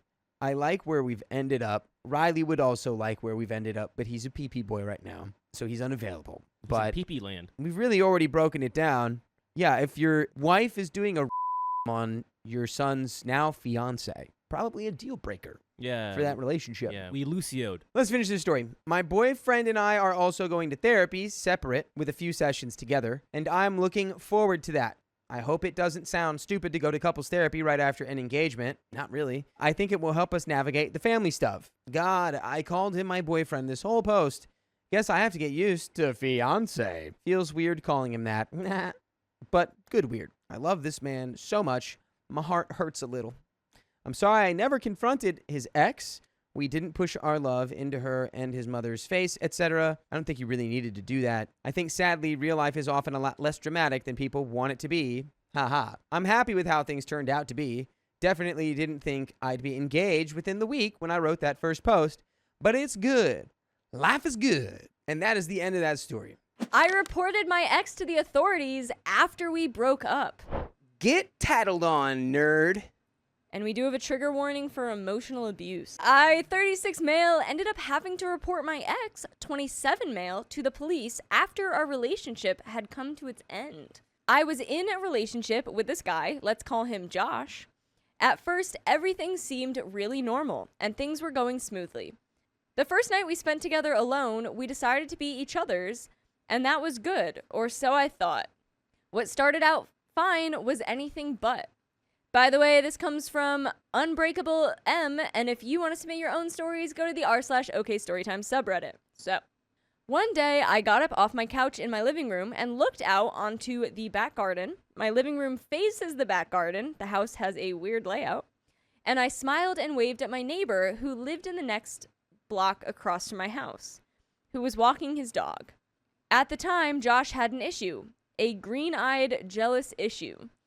He was jealous, insanely so. If I had male friends, even if they were straight, he blamed one of his ex-boyfriends whose friend used to tag along whenever they met. But what he failed to mention is so was his friend Victoria. Not her real name, but you get the point. And I know this because I'm friends with his ex. At first I thought it was kind of sweet, but the more I stayed in this relationship, I realized it was anything but.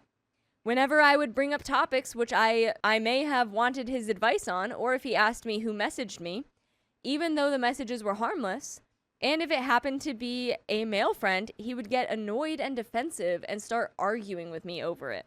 Ay, ay, ay. So much so, I used to say, well, what do you want me to do? Be your doll? Because it felt like no matter what I said or did, it wasn't enough for him. I was to be devoid of all opinions because the only opinion that mattered was his opinion. If we spoke about a subject I knew stuff about and he'd got it wrong, I'd calmly remind him that things didn't go like that. I was very patient, even when I shouldn't have been. Together for 6 months, but it felt longer. Another thing that struck me as odd was he got a full STD test done, which is fair play, I did the same. But the red flag came when, despite being given the all clear, he went and got an at-home HIV testing kit when I was supposed to be the only person he'd been intimate with, which struck me as a little odd. We broke up twice. The first time, it was because my friend messaged me, and I had told Josh it was just my friend asking to be added to my new Discord when I made it. He flew into a fit, instantly hanging up on me, then said in a harsh tone, "Forget it," as I was booking tickets to go see a movie in cinemas, and I asked, "Why? What do you mean?" To which he replied, "Because I'm done with you." I felt objectified. I felt like I was something that served a purpose, and now that my purpose was done, he threw me away like nothing. The breakup was brief, and he came back a couple of days later. He also used to make a scene. One example is when he wanted to buy me a gift, said I could pick any one gift, so I did, and he was going to pay for it. So we're waiting in line to be served, and the line is quite long. But what made matters worse is we were in line, and my cousin's mother was a couple of people in front of us. She likes to run her mouth in regards to any happenings. So we're waiting, and he is getting agitated. I didn't know if it was at the price of the gift, which, by the way, was only 23, I think that's euros. But then he said, "After this, I'm going straight up the road." Despite knowing we had plans to spend that day and night and tomorrow night together, to which everyone could see the awkward silence and embarrassment in my face, including my cousin's mother. He then walked out of line, leaving me there holding my item I wanted, which he then made a scene about me leaving the line to go after him to find out what's wrong, as I didn't know what was happening and felt really abandoned. He said I could have waited in line and paid for it myself, and I was like, "With what money, Josh? You know I don't get paid till next week, babe, and you said you wanted to get me a gift, so if I'm paying for it myself, is it really a gift to me?" He then stormed off like a child to his car and didn't slow down for me to catch up at all either. He normally did that whenever he didn't get his own way, too. He would threaten to leave me no matter where I was, and he, on occasions, has left me. Dang, so that's you break up with this person. Yeah. We broke up in June because a now ex-friend of mine wanted me to meet someone he role-plays with and calls his wife. And I'm like, "Josh, this weird stuff is happening. Some guy's wife wants to talk to me on Discord. I find that weird." To which he replied, "That's a red flag. You're a red flag. I'm done." And that was it. Broke up with me over the smallest of things, calling me a red flag and stuff. And I even multiple times explained to him that I found it weird and thought he'd agree with me on that it was weird. His lack of maturity was showing then, but nothing compared to what happened at the end of June. Oh boy, here comes the end of June. It should be the end of your relationship already, please. And he'd blocked me on Facebook only to unblock me and try and pester me when I'm getting on with my life. I'm talking to his ex-boyfriend about all the stuff that happened and even compare notes about him. So he goes on to say, "How dare you write I'm a lying S-bag on my Xbox account bio." And I'm sat there thinking, is this kid for real? Because seriously, he could have written that himself to pick a fight with me. Then secondly, how would I do that? I'd need his email he signed up with and password, none of which I had. He'd signed into my Xbox before, but after we split, I removed his account from my Xbox long before this happened. So I found it laughable. Then his messages moved on to pesterment and gaslight tactics. Now, if I hadn't suffered from another ex-boyfriend gaslight BS, then I would have probably caved into him, but I didn't. Kept talking about how it's about time people saw my true colors, and I was thinking to myself, what, purple with a few hints of pink? Sure. Then he brought my family into it, verbally that is, by saying I'm a bad son, grandson, etc., and I just rolled my eyes at that.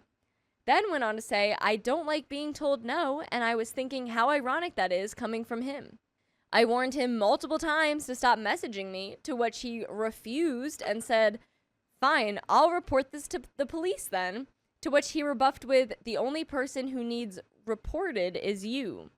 Then added that I've to stop being so childish, ironic considering throughout our entire relationship I was being the mature one.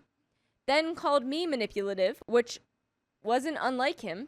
He made it clear I wasn't allowed male friends because he felt threatened by that.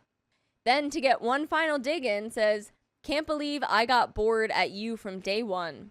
To which I sent a gif of someone yawning because I was bored. By the way, you'll never be bored if you go and listen to stories just like this. Just go to Spotify, Apple Podcasts, or your favorite podcast app and search OK Storytime. We got more, but this is just a lot. Yeah, just that's a good response to like, wow, I was bored of you from day one. Just like, I'm bored of you, dude. Yeah, just whatever. Just move on from this guy's an ass clown. Yeah. Leave him alone. I did report him to the police, but police did nothing in regards to even warning him to stay away. Only thing that happened was they got someone from their mental health victims line to phone me back and see if I was happy with what they'd done. I felt bad for reporting him, but am I the a-hole in this situation? Especially after I told him 6 times to stop. Also, during that, remember how I smiled and waved at my neighbor? He said that was me flirting with my straight neighbor, who is like a brother to me. Am I the a-hole? I don't think that you're the... it's not a-hole behavior to report someone. I don't think there was a reason to report someone. I don't think in any way it's going to harmfully affect him. I think you should have just blocked him on Xbox and moved on. Yeah, just block him and, there's nothing else that... If someone's like that in your relationships, like, you just have to be like, okay, bye. Right. This guy just sucks. Bye. Let's leave him and then not talk to him anymore. I'm jealous of my boyfriend's girl best friend because of their past. You should not be jealous of her. I study on the same campus as my partner and his best friend. This is my first year in college, and they're both older than me. For the sake of this story, I'm naming my boyfriend Jake and his best friend Gina. And by the way, this comes from user PalpitationPretty480. And if you want to submit your own stories, go to the r/OKStorytime subreddit. So, Gina and Jake shared an intimate history. They were in a situationship. They liked each other. They went on dates. They talked. They hooked up. Gina thought it was a good idea to hook up with girls, saying that she wanted to try it before dating him. Then eventually started hooking up with guys, and her excuse was that she was free to do whatever until they determined whether they wanted to start dating or not, which is okay if they were both on board, but they weren't. So Jake was mad and so against that and had an argument with her if that was the right thing to do. Eventually, they decided that they didn't have the same values and boundaries and were better off as just friends, and apparently that broke Jake's heart at the time. Fast forward, and Jake and I met, and we hit it off and started dating. So he decided I should meet Gina, his best friend. The day I met Gina for the first time in uni, I had no idea about their history. She was kind of friendly, random, and spontaneous, but said some weird things like bringing up how they met, aka their first date, their old inside jokes, and places they went to, and the whole time she was talking to him, not to me. Okay. And then talked about how I should trust him because he's respectful and all about consent and would never hurt me, which at the time I thought was weird. She brought those topics up in front of me, given that they, as I thought, were just friends. Also, the only talking to him is the biggest freaking red flag. Yeah, it's just like, jingle, I jangle, hi. hate that stuff. Well, over here, I'm a person. Do you want me to hold up a little video so you can watch it while I'm talking? Will that keep your attention? Yeah. The cherry on top was her saying that she never expected Jake to start something serious. She thought he'd always be single and hanging around her. I didn't think about what she said that much because Gina has a girlfriend now. Funny enough, they have the same name, LOL. After that day, my boyfriend told me about their history and why things didn't work out and how they stayed friends. Then a lot of things she said made sense. When I asked why he didn't tell me before I met her, his reason was that so I wouldn't make any assumptions about her based on their history together, but fully about her personality. Which also still didn't sound great because she didn't talk to you. After he told me the reason he didn't date her, I was confused and asked him if the reason he wanted to date me was because I deleted all dating apps and cut off my sneaky links when we were in the talking stage. His answer was that it's not that specifically, it was one of the reasons, but yes, because we agree on the same boundaries, not like him and Gina, having arguments about hooking up when they didn't even start dating. Of course, that's a valid reason, since I agreed with him that she was in the wrong, but it made me so suspicious. I don't know why. Maybe him linking me and Gina and putting us in the same box. One evening, Gina invited me to hang out with her and her friends. They were kind and friendly like her, but since Jake wasn't around that time, she was really insisting on joking about me taking all of his attention away from her and getting backed up by her friends. As usual, I laugh it off and told her that I'll tell him to give their friendship more time. At the end of the evening, my boyfriend came to pick me up, and on the way home, I told him all that happened. He told me not to worry about Gina because she has a girlfriend now. But you could have worried if she didn't. Like, then you should worry. That's Yeah, what that feels like. exactly. You don't have to worry right now, babe. She's got a girlfriend. I couldn't go for her if I wanted Yeah, to. you just gotta be ready to be worried later. Yeah. Sweetie. The second that you hear that she broke up with her girlfriend, you're gonna have the biggest panic. But that's for later. He told me not to worry about Gina because she has a girlfriend now. What would she want from him? They're just friends. That's it. Me not wanting to be jealous or anything or an annoying girlfriend, of course, I believed him, even though I thought it in my mind, if she didn't have a girlfriend by now based on her actions, I'd be thinking that she's totally in love with him. Which is, it's impossible for someone to have feelings for someone else while dating another person. That's never happened, right? Jake and I think that talking about past relationships and traumas is healthy, so each one of us avoids doing things that hurt each other in one way or another. And given that I've been emotionally scarred from a lot of past relationships, I talk sometimes about my past, and he reassures me. So after telling me about Gina, he started mentioning her more and telling me more about the things they've done before. I told him that I find it strange how they're still friends because personally I can't stay friends with my exes or old crushes, at least until I move on completely and stop liking them. He asked whether we're going to stay friends if we break up. Which is a crazy thing to be asking. Okay. So I told him that I don't feel comfortable when he shares things about Gina, and it's different from me sharing about my exes. He doesn't know my exes personally. I know Gina. I still have to see her and hang out with her, and it's uncomfortable to think they were kinda together, plus her weird behavior sometimes gets to me. And we agreed on that. Some months passed. Many moons later, I saw Gina on social media talking about taking some time off. I was concerned, of course, so I asked Jake if she's okay.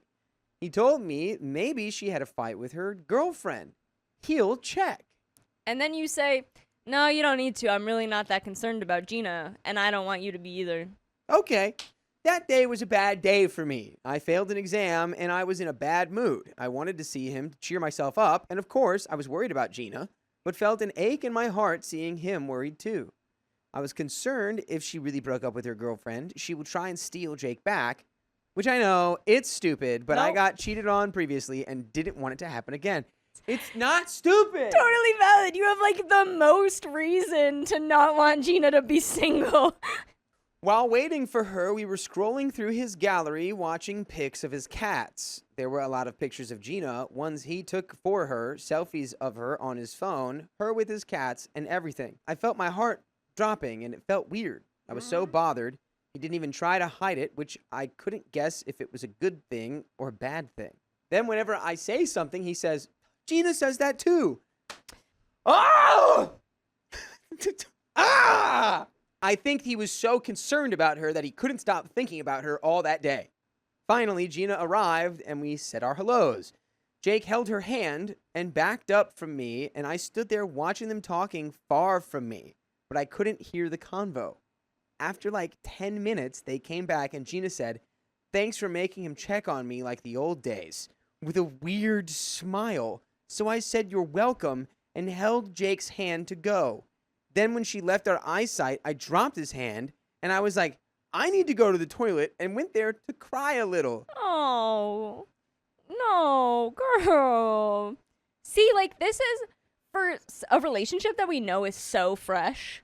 This is just an out. This is just a leave. You don't need to be there. Neither of them seem to want you there. Why were you even there? Right. I don't cry easily, but that made me so uncomfortable. My trust issues were up to the skies, and I felt like I'm burning on the inside and felt so unsafe at the moment. I don't know if this is relevant, but I got cheated on before, as I mentioned. It was a major event in my life and all, and I'm afraid it will happen again, and I like Jake a lot. I don't want things to go muddy with him. It's already deep in the mud. And by the way, you can get out of the mud by listening to full episodes with stories just like this on Spotify, iHeartRadio, and Apple Podcasts, and wherever you listen to podcasts. Just search OK Storytime. You can listen to 69 consecutive days worth of stories. Been waiting for that. Funny number. We've got a little bit more story here. I mean, I'm saying, yeah, go date Gina, man. Go get her. Yep. That's what I'm saying. Yep. Biggest power move, OP? You date Gina. Now I'm acting cold and ignoring him because I have no idea why I am mad exactly. I do. We do. Do I want her pics to be deleted? Do I want him to stop talking to her? Am I just insecure and need reassurance? I don't want to say anything to hurt him, and I don't want to be the kind of girlfriend who makes him push his friends away. You mean his ex-lover? Yeah, this is different. And now Jake noticed I'm a little off and asked me to go on a date tomorrow. I'm sure he's going to ask why I'm mad. Should I open up this topic and tell him that I'm not comfortable with Gina's presence, or should I cancel the date and never talk about it? I think you should cancel your relationship with this guy and move on. Yeah, we're well beyond the canceling the date. We're getting out of here. Yeah. Yeah. Cut your losses. This guy, if this guy can't see that the things he's doing with Gina is like crossing a line emotionally that shouldn't be happening in a relationship, then he's not ready to date. We have some comments here to finish this story off. Comment number 1. Talk it through with them, love. I don't like this one. Keep going. I don't like you. It's the best chance of closure for yourself. Putting distance between you and Jake is just going to push him towards her if the tendency is there. Express your concerns with him, talk it out, and how he responds to your concerns will determine how suited he is for you. Girl, best friends are always a source of jealousy. That's not true. It's normal, but it's how you deal with it that's going to be the deciding factor of your relationship. Girl best friends, not girl best friends. I was... Oh, yeah, you were just saying I that's probably not always did say, true. It's a pretty common trope. Yeah, but it doesn't have to be that way because it just happens that But this the girl thing best is, friend like- is his ex-girlfriend. Like, having girl best friends is different than girl best friends. Like, there's a girl best friend, and then there's just, like, girl best friends. Yeah, I don't know. Because they're usually just female friends. It's not like girl best friend implies, like, usually something's weird. I refuse to take my stepniece on a trip because of her parents' behavior. If they don't deserve to go, neither does she. I, 35 female, live and work abroad, but am from the Midwest. I grew up with my brother Jason, 43 male, and our parents, 70s. We were working class, had what we needed, but weren't well off by any means. By the way, this comes from F you, Jenny. And if you want to submit your own stories, go to the r/OK Storytime subreddit. Only if your name is as cool as that one, though. Yeah. When I was in high school, Jason married Tiffany, 40 female, a hot mess of a person who was a heavy drinker and a partier. She was gorgeous, though, and my brother is a dweeb, to put it nicely. They had 3 kids, Jace, 19 male, Jeff, 17 male, and Hannah, 12 female. Their marriage fell apart before Hannah was born. They tried working it out, but ultimately divorced, with Jason working constantly while splitting custody 50-50 with Tiffany, who received child support and alimony as a former stay-at-home mom. Jason then started dating Jenny. There she is. We found her. F you, Jenny. 43 female. I liked her initially. She wasn't a complete smoke show like Tiffany, but she was kind, educated, and had a good job. Much better match, I thought. Jenny got pregnant fairly quickly with Daisy, 10 female, and they married. Around this time, the older kids started refusing to go back to their moms because Tiffany was always drinking and having random guys around. Yikes. All three moved in full-time with Jason and Jenny, and Tiffany eventually left town entirely. Here's when things went sideways. Jenny completely changed after becoming a stepmother to 3 full-time kids, plus having her own baby. She quit working, but declared she was only a stay-at-home mom to her kid. No. Once you get married to someone who has kids, Yeah. you got to be ready for those all to be your kids, especially if the mom isn't in the picture. Yeah. Also, like, if you are a stay-at-home mom, most of the time when they're not at school, what that means is, like, you're cooking for the family. Yeah. You're cleaning stuff. So what is that? What is she How doing? are you only a stay-at-home mom for one kid, though? Like, are you not going to clean 75% of the house or something like that? She like, only picks up after her kid. Yeah. And she only makes food for her kid. And the rest of Yeah. the kids, she's like, sorry. You're on your own. Not my children. Yeah. Despite Jason working 70 plus hours to make ends meet and Jenny's parents helping financially. Dang. Yikes. So he's paying for all of the kids. And she's like, well, I'm only going to care for one. And she's like, well, that's your choice. You Yeah. didn't have to do that. I didn't force you to do any of this. Yeah. She controlled the money and created a clear hierarchy. Jason, Jenny, and Daisy operated as one family unit, going to dinners, events, and vacations while leaving the older 3 at home. I thought this was disgusting and said so, but Jason just said his divorce had broken him emotionally and he'd do anything to keep Jenny happy. So this marriage would work. 10 years ago, I was younger, broker, and frankly dumber. So my attitude was more, my brother sucks as a dad, but I live on another continent. All I can do is support the kids. Not great, and I'm disappointed in myself looking back on it. I really did my best to step up. When they refused to pay for Jace to learn driving, even though Jenny wouldn't drive the kids anywhere. My mom taught him, and I bought him a used car. Good on you. That's good. We had to shame Jason into putting Jace on his insurance. And he makes Jace pay for it. You suck as a father. Oh my Yikes, gosh. dude. Same story with Jeff. They share the car for all the kids' activities.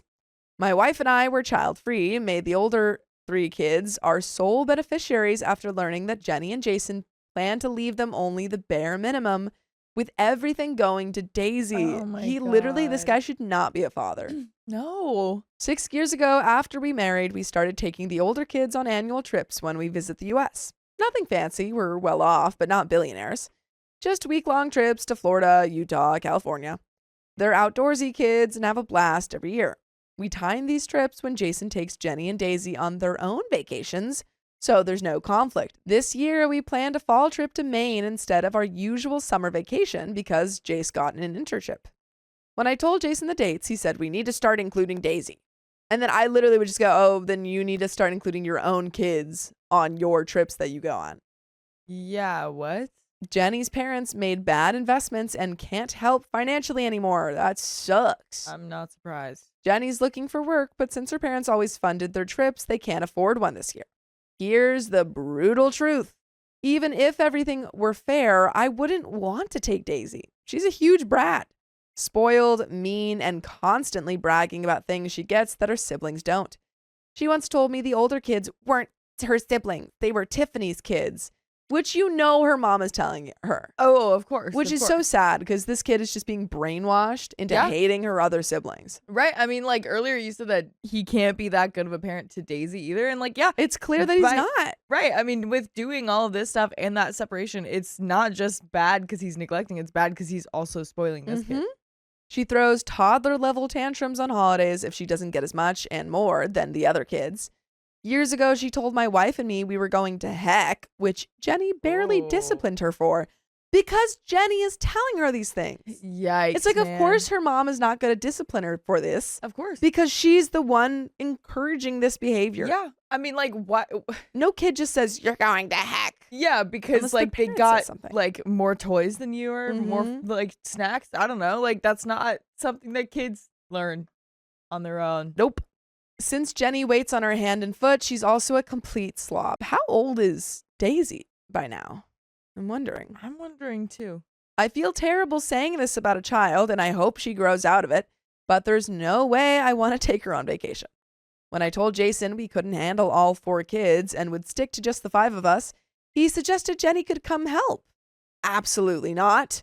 Or our mom could join. She's getting a hip replacement next month and doesn't want to go. Plus, we'd need a bigger car, probably 2 cars, for a road trip with that many people. And honestly, I don't want to.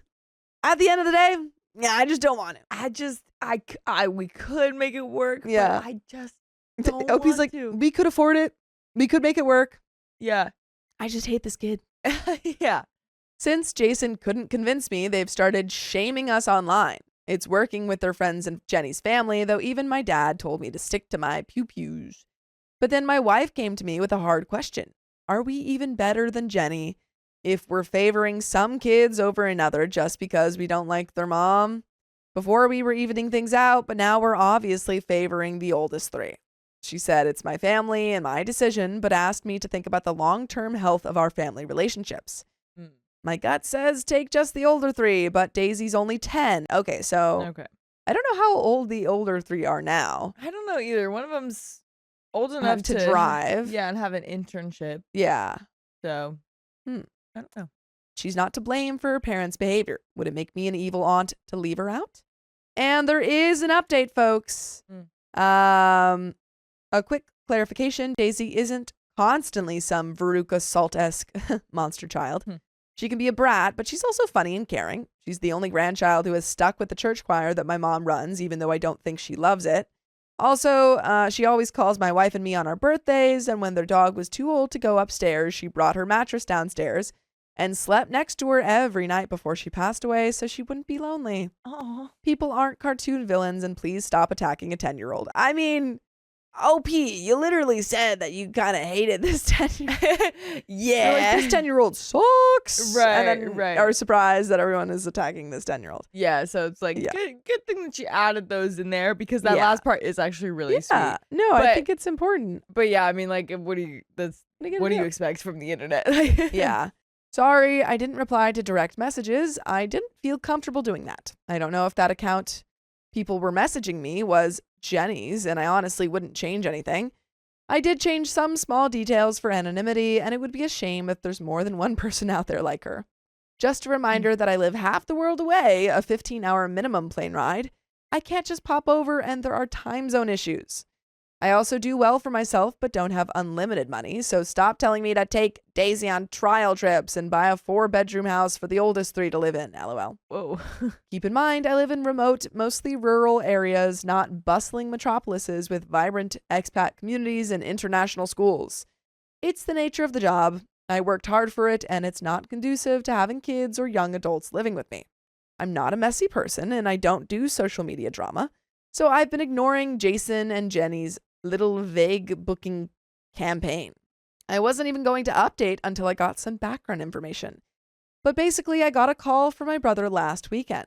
It was Daisy, crying, telling me she would be good and she's sorry for being bad, that she wants to go on the trip, and promising she'll be quiet and not say anything rude.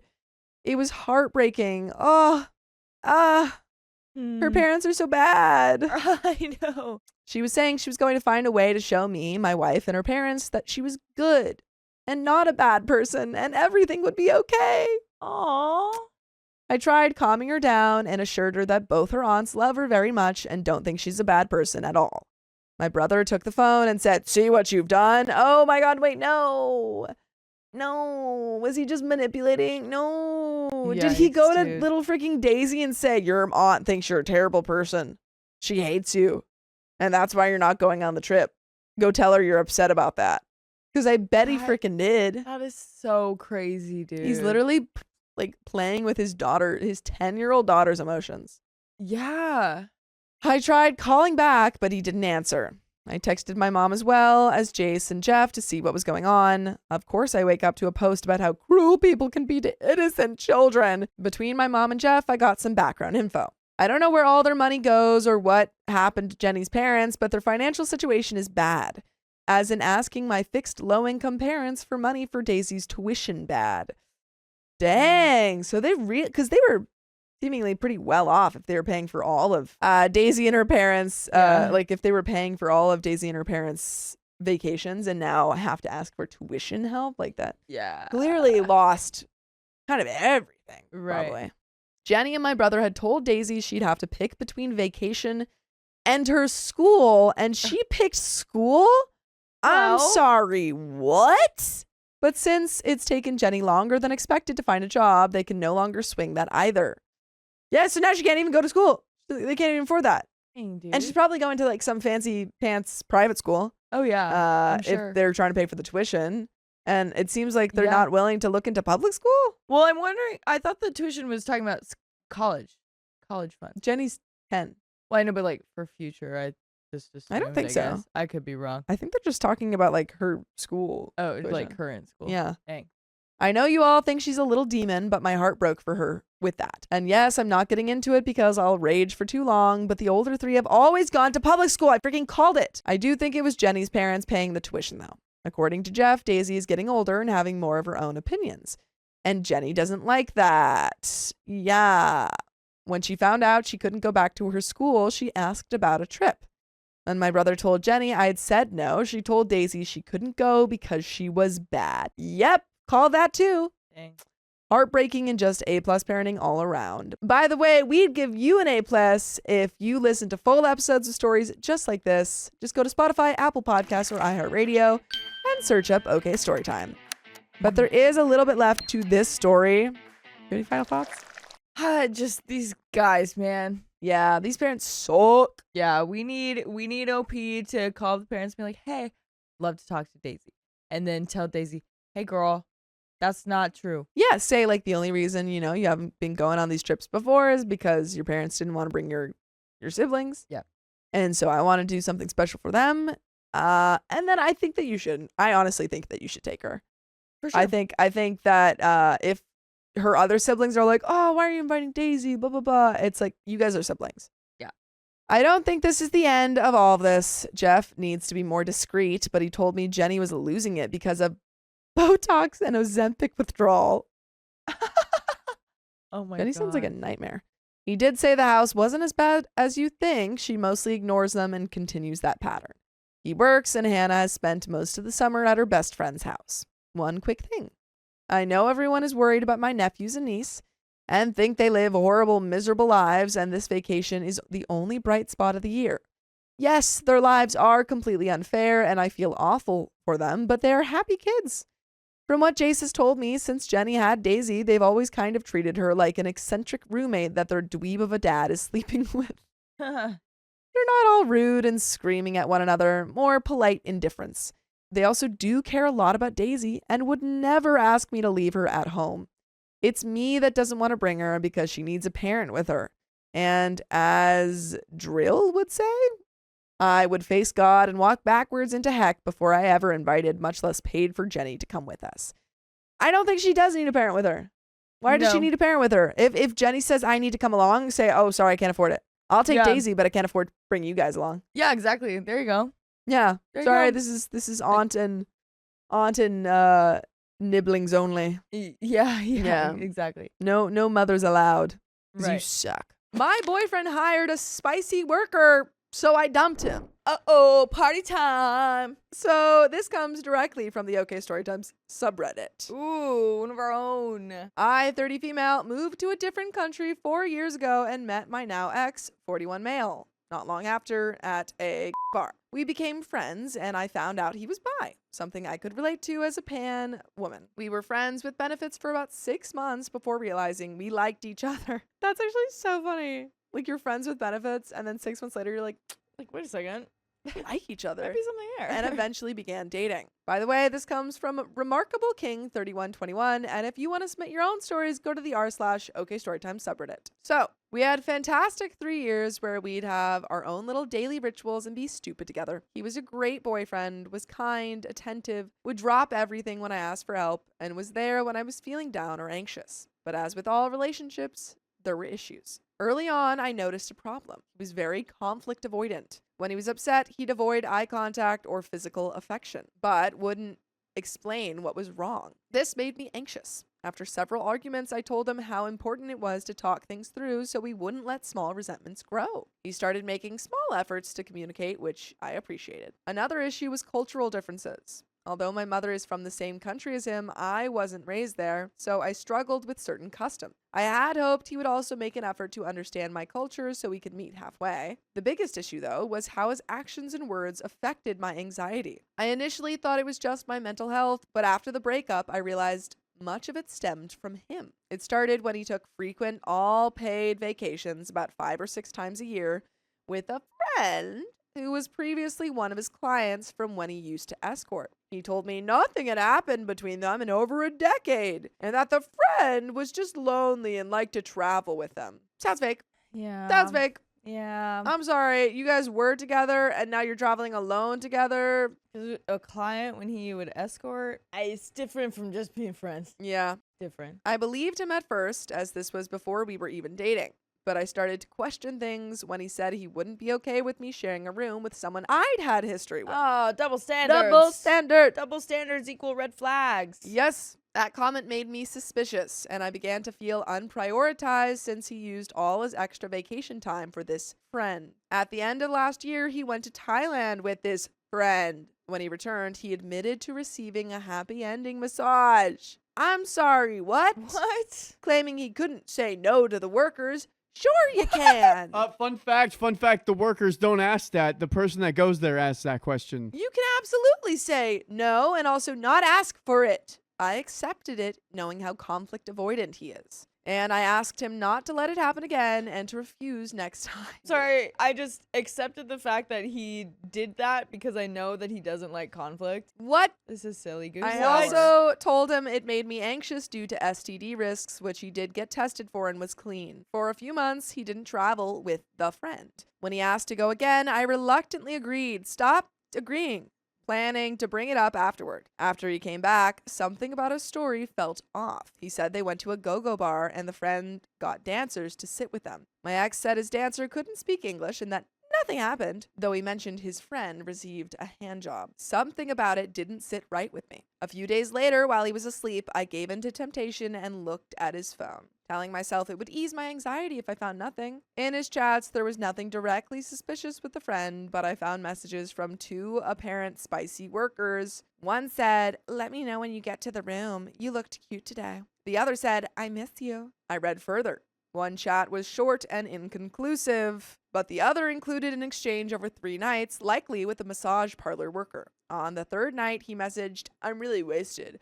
I don't know if I can F tonight." So what do you mean So you he didn't cheated. find anything like directly So spicy? you found something directly. Yeah, this is called intent. You know, people can go to jail for murder intention, like, oh, they were gonna murder that person, but it didn't work out. People still go to jail for that. Also, it sounds like he has effed before, you know? Yeah, he has cheated on He you just said tonight. before. I was in shock. I left his place and went to a friend's to think things through. The next day, I asked him to come over and confronted him. At first, he denied anything happened in Thailand, but when I told him I'd seen his messages, he'd admitted he got a hand job at a massage parlor. Oh, girl, you are more than this. You don't have to put up with this. You don't have Yeah. to. Insisted it was harmless, no mouth, no STD risk. But I knew he was still downplaying things. Don't worry, Yeah. you're not gonna be in danger of STDs. She only used her hands. She only used her hand. That's all. I gave him That's back his so belongings and told him that I wanted to break up with him. Yes. Yay, this is great. Later, he messaged asking for another chance.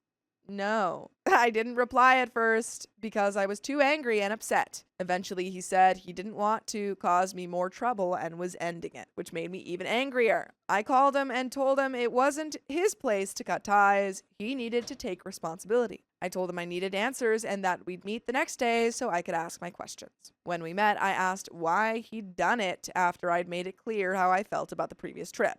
And also, really quick, pretty annoying that he's like, "Fine, I understand you're upset about this. I'm ending it." And she's Yeah. like, "No, I already ended it. You can end it. Right. I already ended it." Right, like you're not gonna be the one to break up with me right now. We I already broke up with literally you. just said I don't want. That's like getting fired from a job and you're like, yeah, well, I quit. Yeah, no. It's like I literally already just fired you. fired you. Like, come on. He didn't have a real answer, but eventually said he wanted an easy release. That intercourse felt like too much effort sometimes. That confused me because I used to offer hand stuff, which he often refused. He claimed it felt bad to ask his girlfriend for that. But it feels better to cheat on your girlfriend? Huh?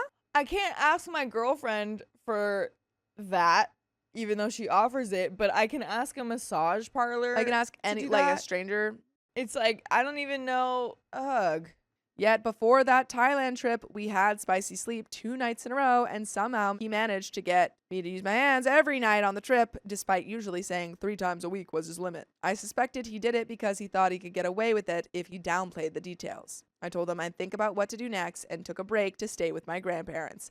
What do you mean think about it? What do you mean Yeah. think about it? Break up. Yeah. During that time, I realized what hurt most wasn't the cheating. It was the lying, the betrayal, and the fact that he ignored my boundary. I had been willing to work through the earlier issues, his conflict avoidance and cultural misunderstandings, but now I couldn't trust him. I told him that if we were to try again, we'd have to start from scratch, and he'd have to rebuild my trust. 4 days later, he came to the town where my grandparents live and asked to meet. I agreed. When we met, I felt he didn't fully understand why we broke up. I explained again, and he gave up quite easily.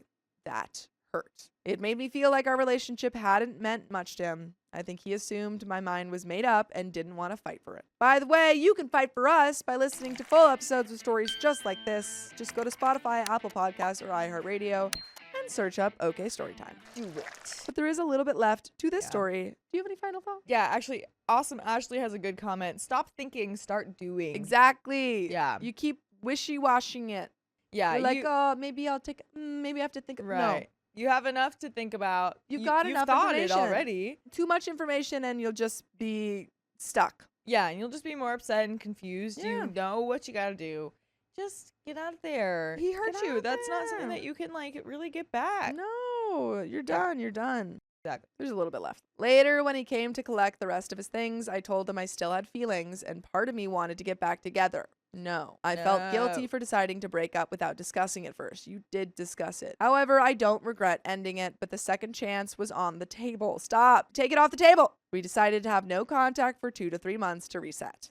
Right now, we're in the first month of no contact. I broke it twice. Once, while wasted, I cried to him that I missed him. He responded kindly and even offered to meet once a week if I couldn't handle the silence. The second time, I messaged to let him know I had bacterial vaginosis, not an STD. I want to see him again, but why did you text him? Yeah, I don't know if it's not an STD. I don't know why she Why needs to know. Why? Maybe it was just like a moment of weakness and she wanted to just like have comfort or support about it. I don't know. I want to see him again, but I'm trying to hold back because I know I need to rebuild myself first. I need to be okay even if we don't get back together. You should not get back together. Still, I wonder how he feels and whether reconciliation is possible. I know what he did was wrong, but I also believe better communication might have helped. I feel that now, through this breakup, he may finally understand how I felt and what I needed from him. Is it possible to reconcile? No. Yeah, No. I don't think so.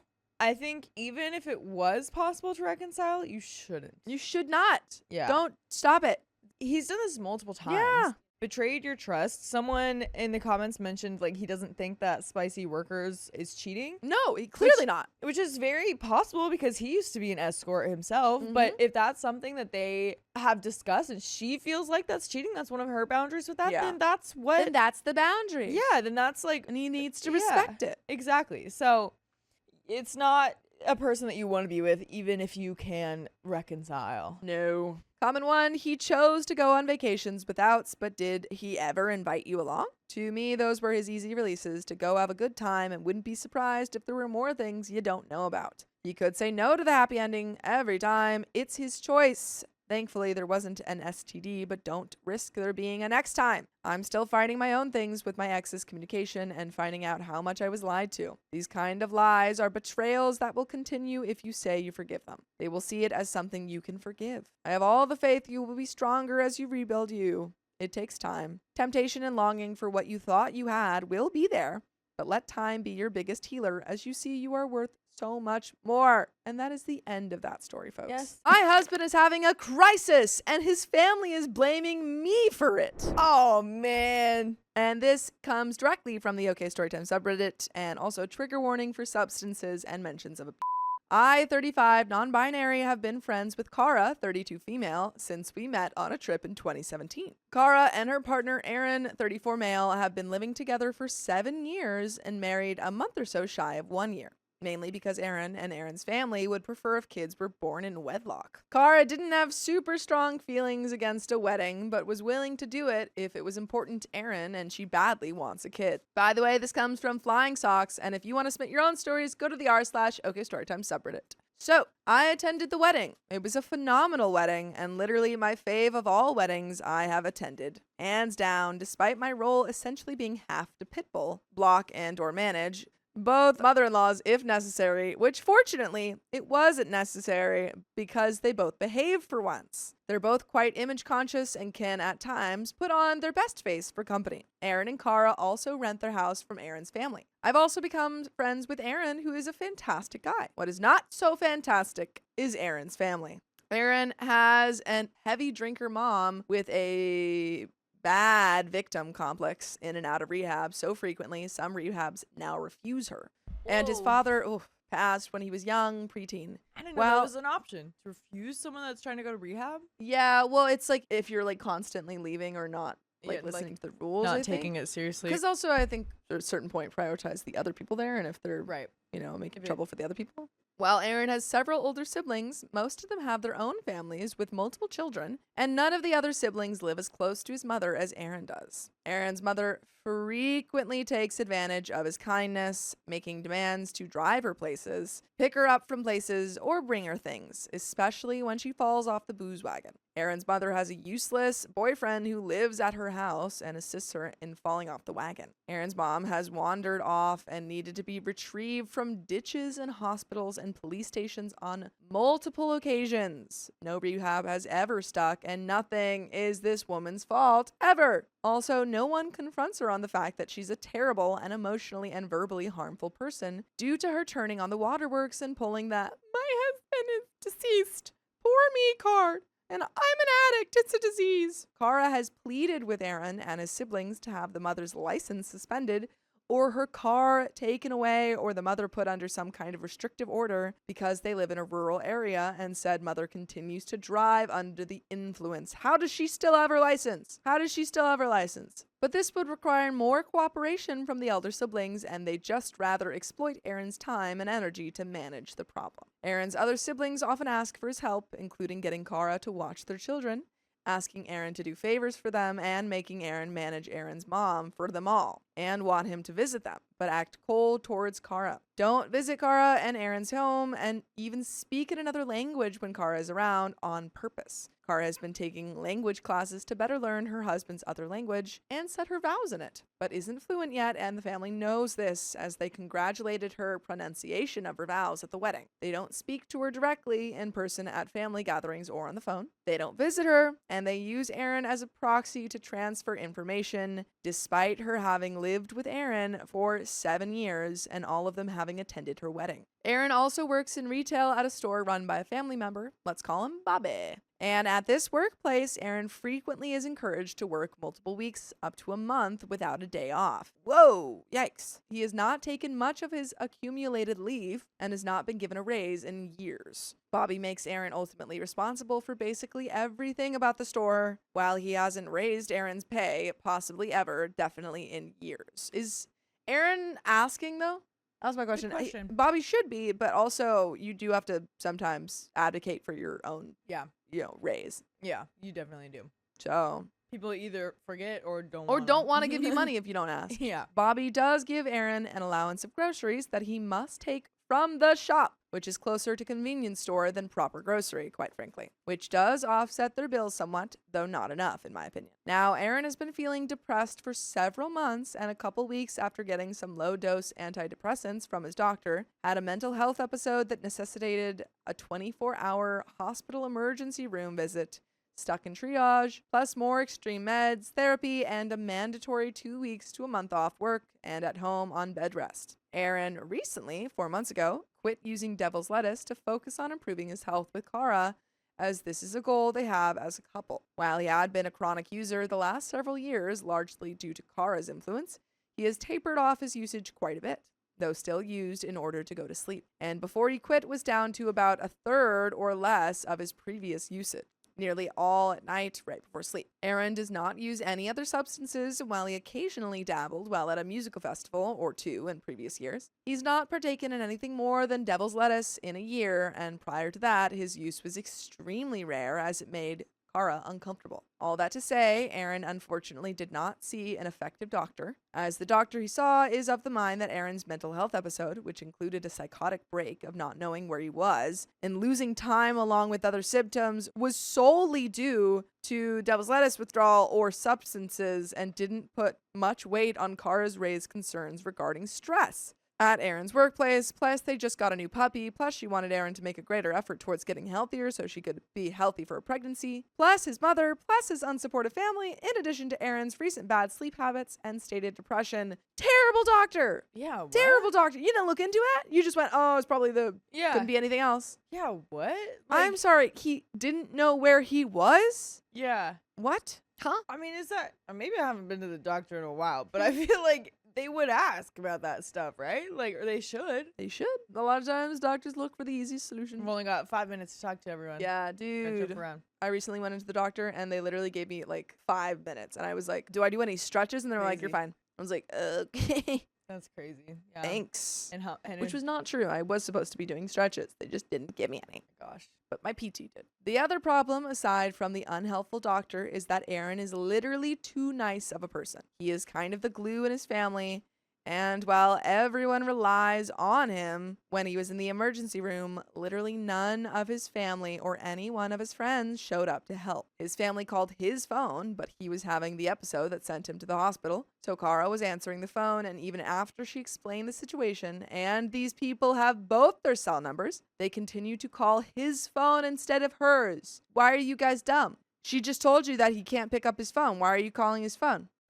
They continue this behavior after he himself told them to just call Kara instead. When Kara called Aaron's brother to sit at the hospital for a couple hours and keep Aaron oriented and calm so she could go home and let the dog out, he did not come, nor could he go let the dog out. Kara's friends ended up doing that. Note, Kara had no friends in this area before she moved in with Aaron 7 years ago, and really only made friends within the past year, while Aaron knows essentially everyone in town at some level, having been raised in the house practically down the street from his own, which his mother currently occupies with previously mentioned POS boyfriend. When Kara went to Aaron's work to report he needed mandatory time off work, Bobby essentially told her that Aaron was probably hiding actual substances somewhere and lying to her about not taking any. She and I and the tests or the hospital ruled this out as negative, aside from one weird false positive that turned out to be caused by an interaction between the antidepressants and some OTC medication he took for sleep and pain relief. And when she insisted that Aaron was actually ill from stress and work and needed rest and time off, Bobby indicated that Aaron should and would be sent on a grippy sock vacation. I don't think he gets to say if that happens. That's his boss? I don't think he gets to say that happens. Whoa. No. I feel like you guys need to move, honestly.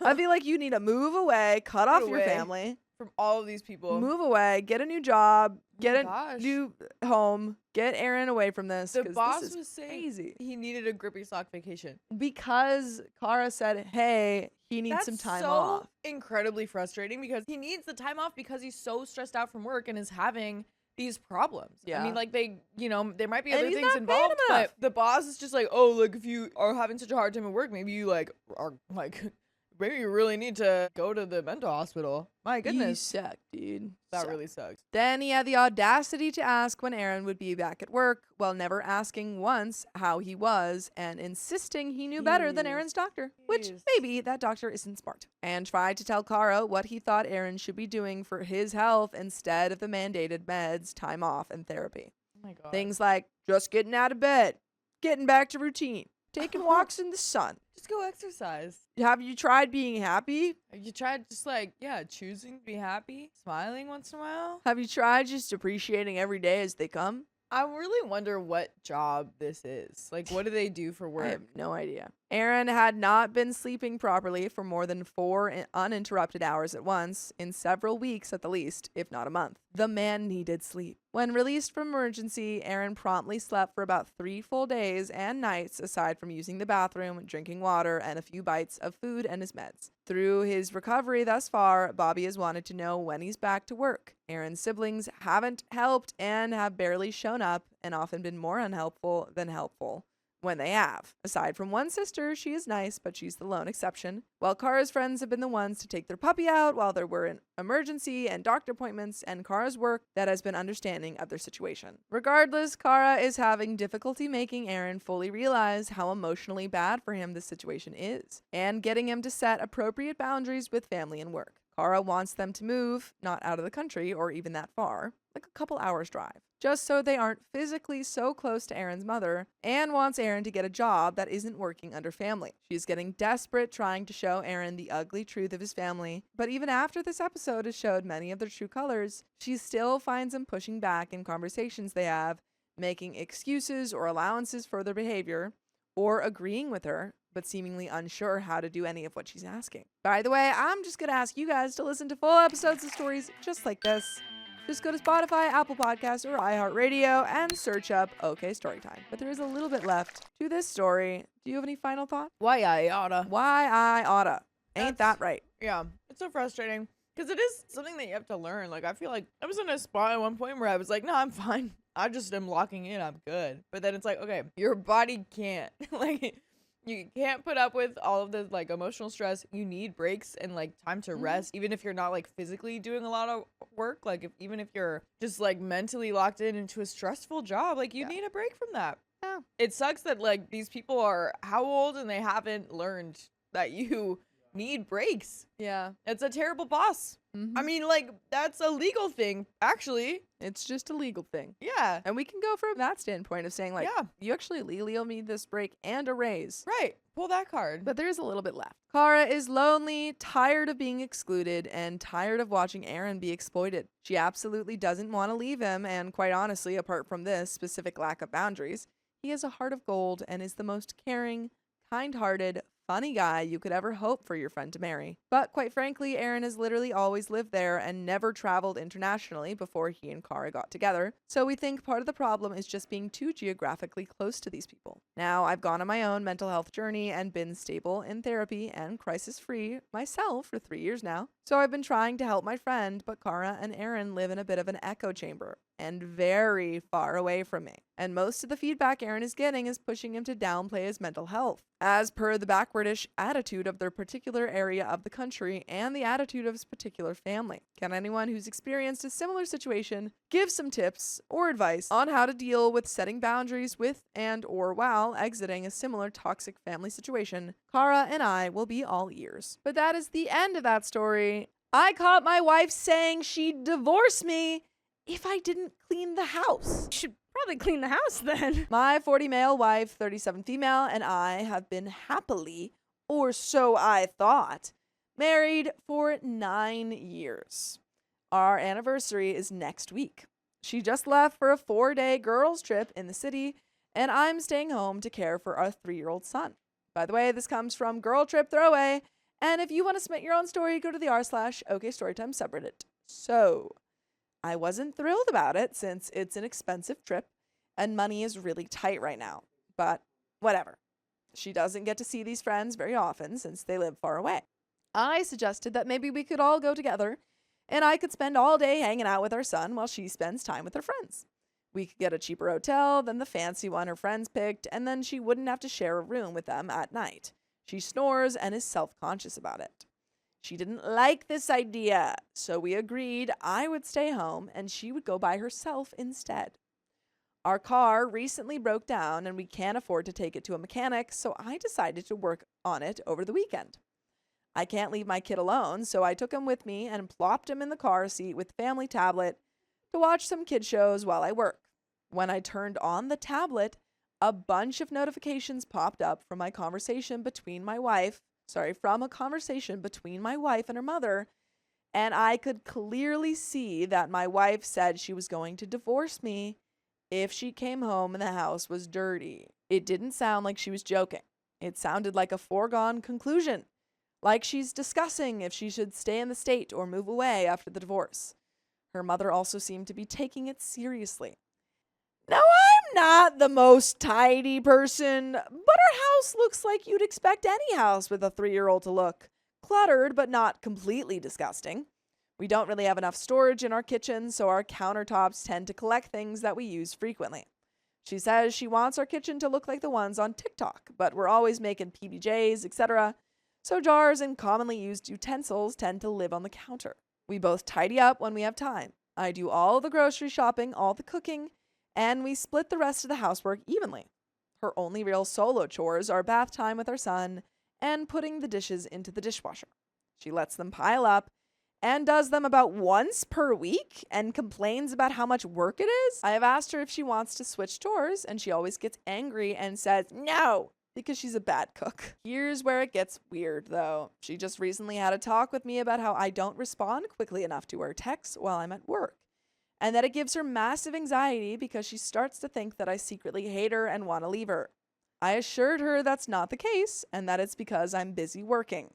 I have a job where lots of people are talking to me about time-sensitive tasks. She seemed a little relieved by my response. And now I find out that she's thinking about leaving me anyway, which makes no sense if she's scared I'm going to leave her. I thought maybe this was some kind of defense mechanism, but the conversation with her mother happened after I told her that I still love her and that I'm happy being with her. Some added context, she recently discovered TikTok and immediately developed what I think is an unhealthy relationship with the app.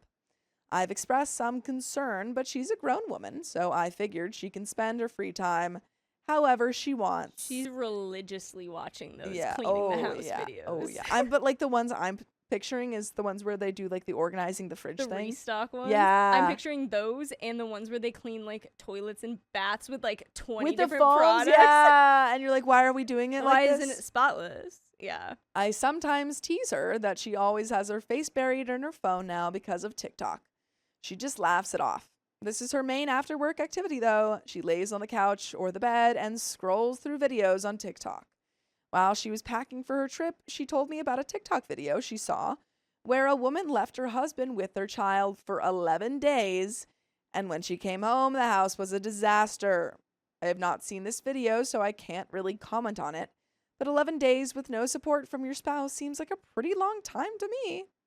She was disgusted with how this guy didn't clean up enough before his wife came home and said that he must have done it to punish her.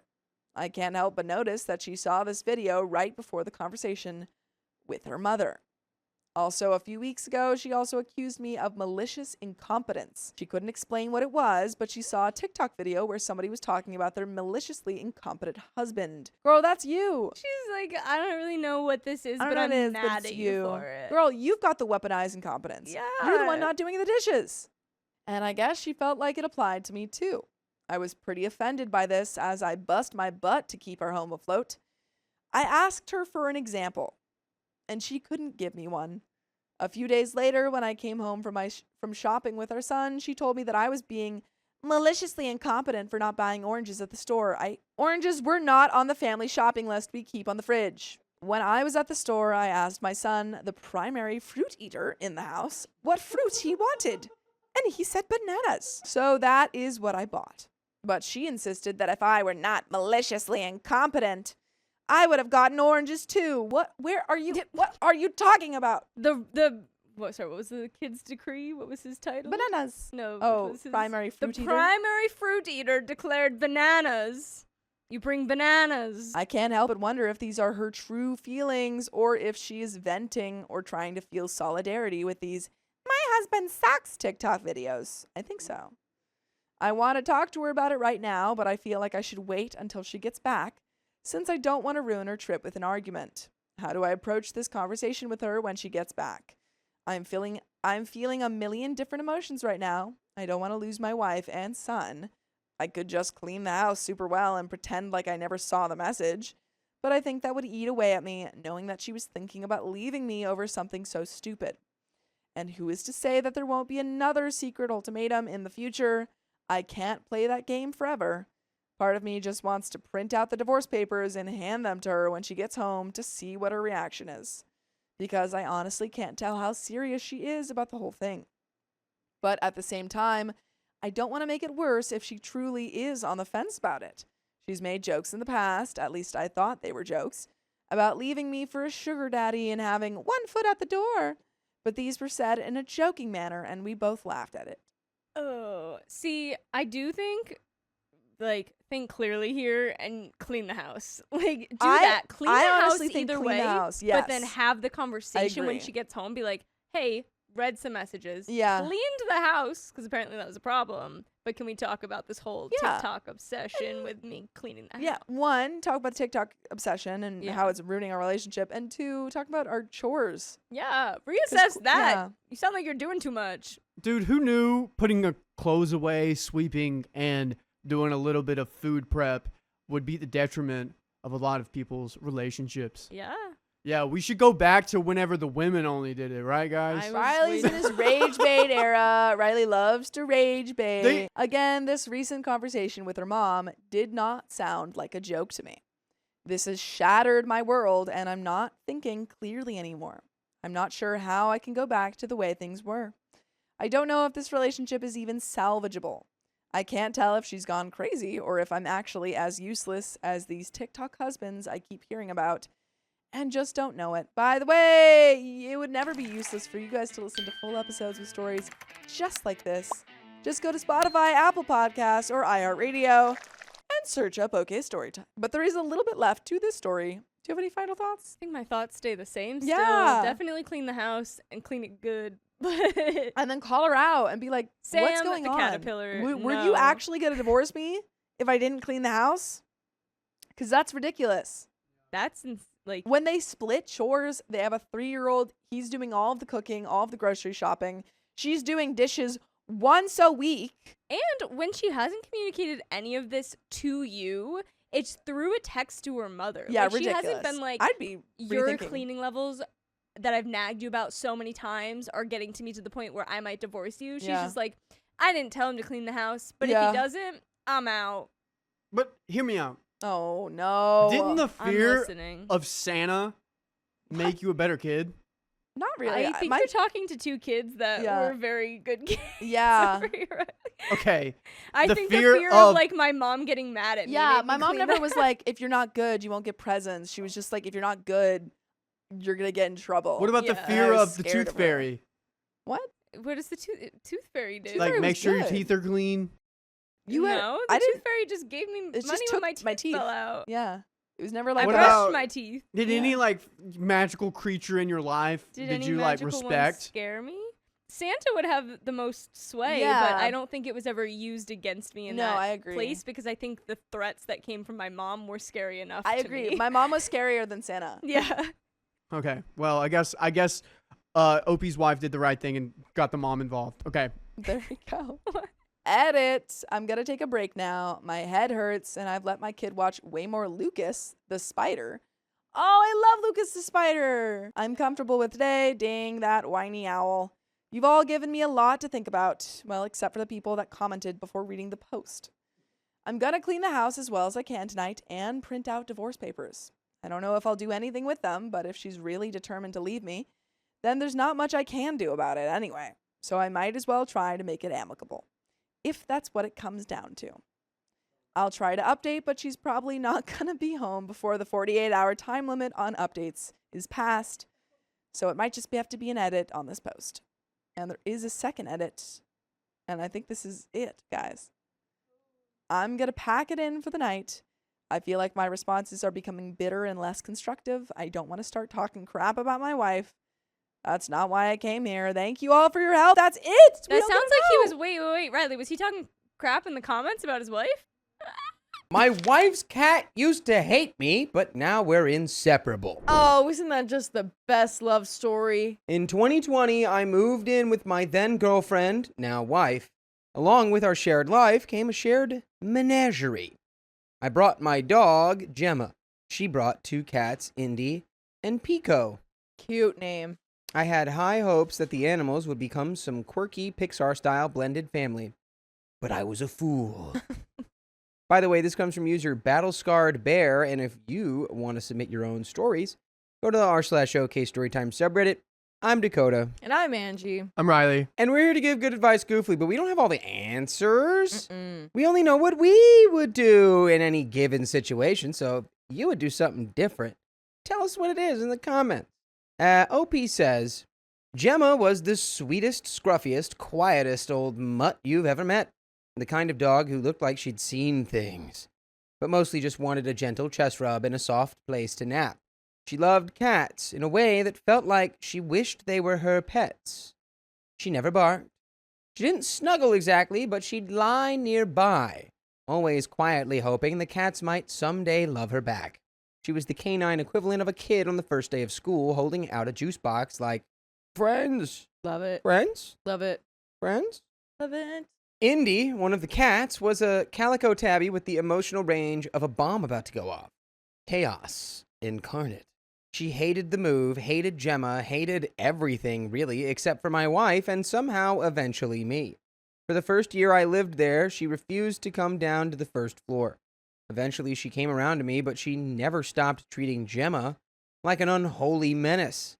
Even once she started hanging out downstairs, she would travel across furniture and windowsills like a tiny, fluffy assassin avoiding pressure plates, just to avoid setting paw where Gemma might have breathed. Love it. That's a cat. Yep. Love it. Poor Gemma had to give up on her dream of having a cat buddy real fast after getting swatted undeservedly one too many times. And then there was Pico. Pico is a large orange tabby with the emotional resilience of a wet loaf of bread. Anxious, clingy, and completely devoted to my wife, he didn't like me. He tolerated Gemma. He hated cuddles unless they came from his chosen human.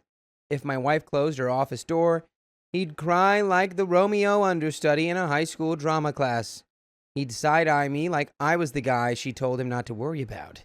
We had an understanding. I exist, and he pretended I didn't. So that was our house for years. Gemma trying to exist peacefully with lingering hope. Indy radiating vibes or snuggling my head with begrudging affection. Pico ignoring me with great enthusiasm. It was an uneasy truce, but it held. 2 years ago, Gemma passed. Oh. Peacefully at 16. Oh. A few months later, Indy, who had slowly warmed up to me over time, decided I was her person. She got clingy. She'd caterwaul when I left, sleep on my chest and my head and my back, wherever she could drape her angry little body. Full gremlin energy, but affectionate. Recently, Indy's health declined. She had a worsening heart murmur, and about a month ago, we made the difficult decision to let her go gently. She was 17. We were devastated all over again. And then, immediately after Indy's passing, like within a few days, something shifted. Pico changed. Suddenly, the cat, who had been ignoring me for 4 years, became obsessed with me. He sleeps with me at night now, rolls over for belly rubs like I'm some kind of feline massage therapist. He insists on being in my office all day. If I go back to bed, he climbs in and snuggles up like I'm the last patch of sunlight in the universe. He wants me to feed him now, and he'll ignore my wife, his actual person, to come bop my chair and demand attention. Oh. Then he purrs like a lawnmower and looks at me with the kind of absolute adoration usually reserved for cult leaders and those who open cans. We didn't change our routine. We didn't rearrange the house.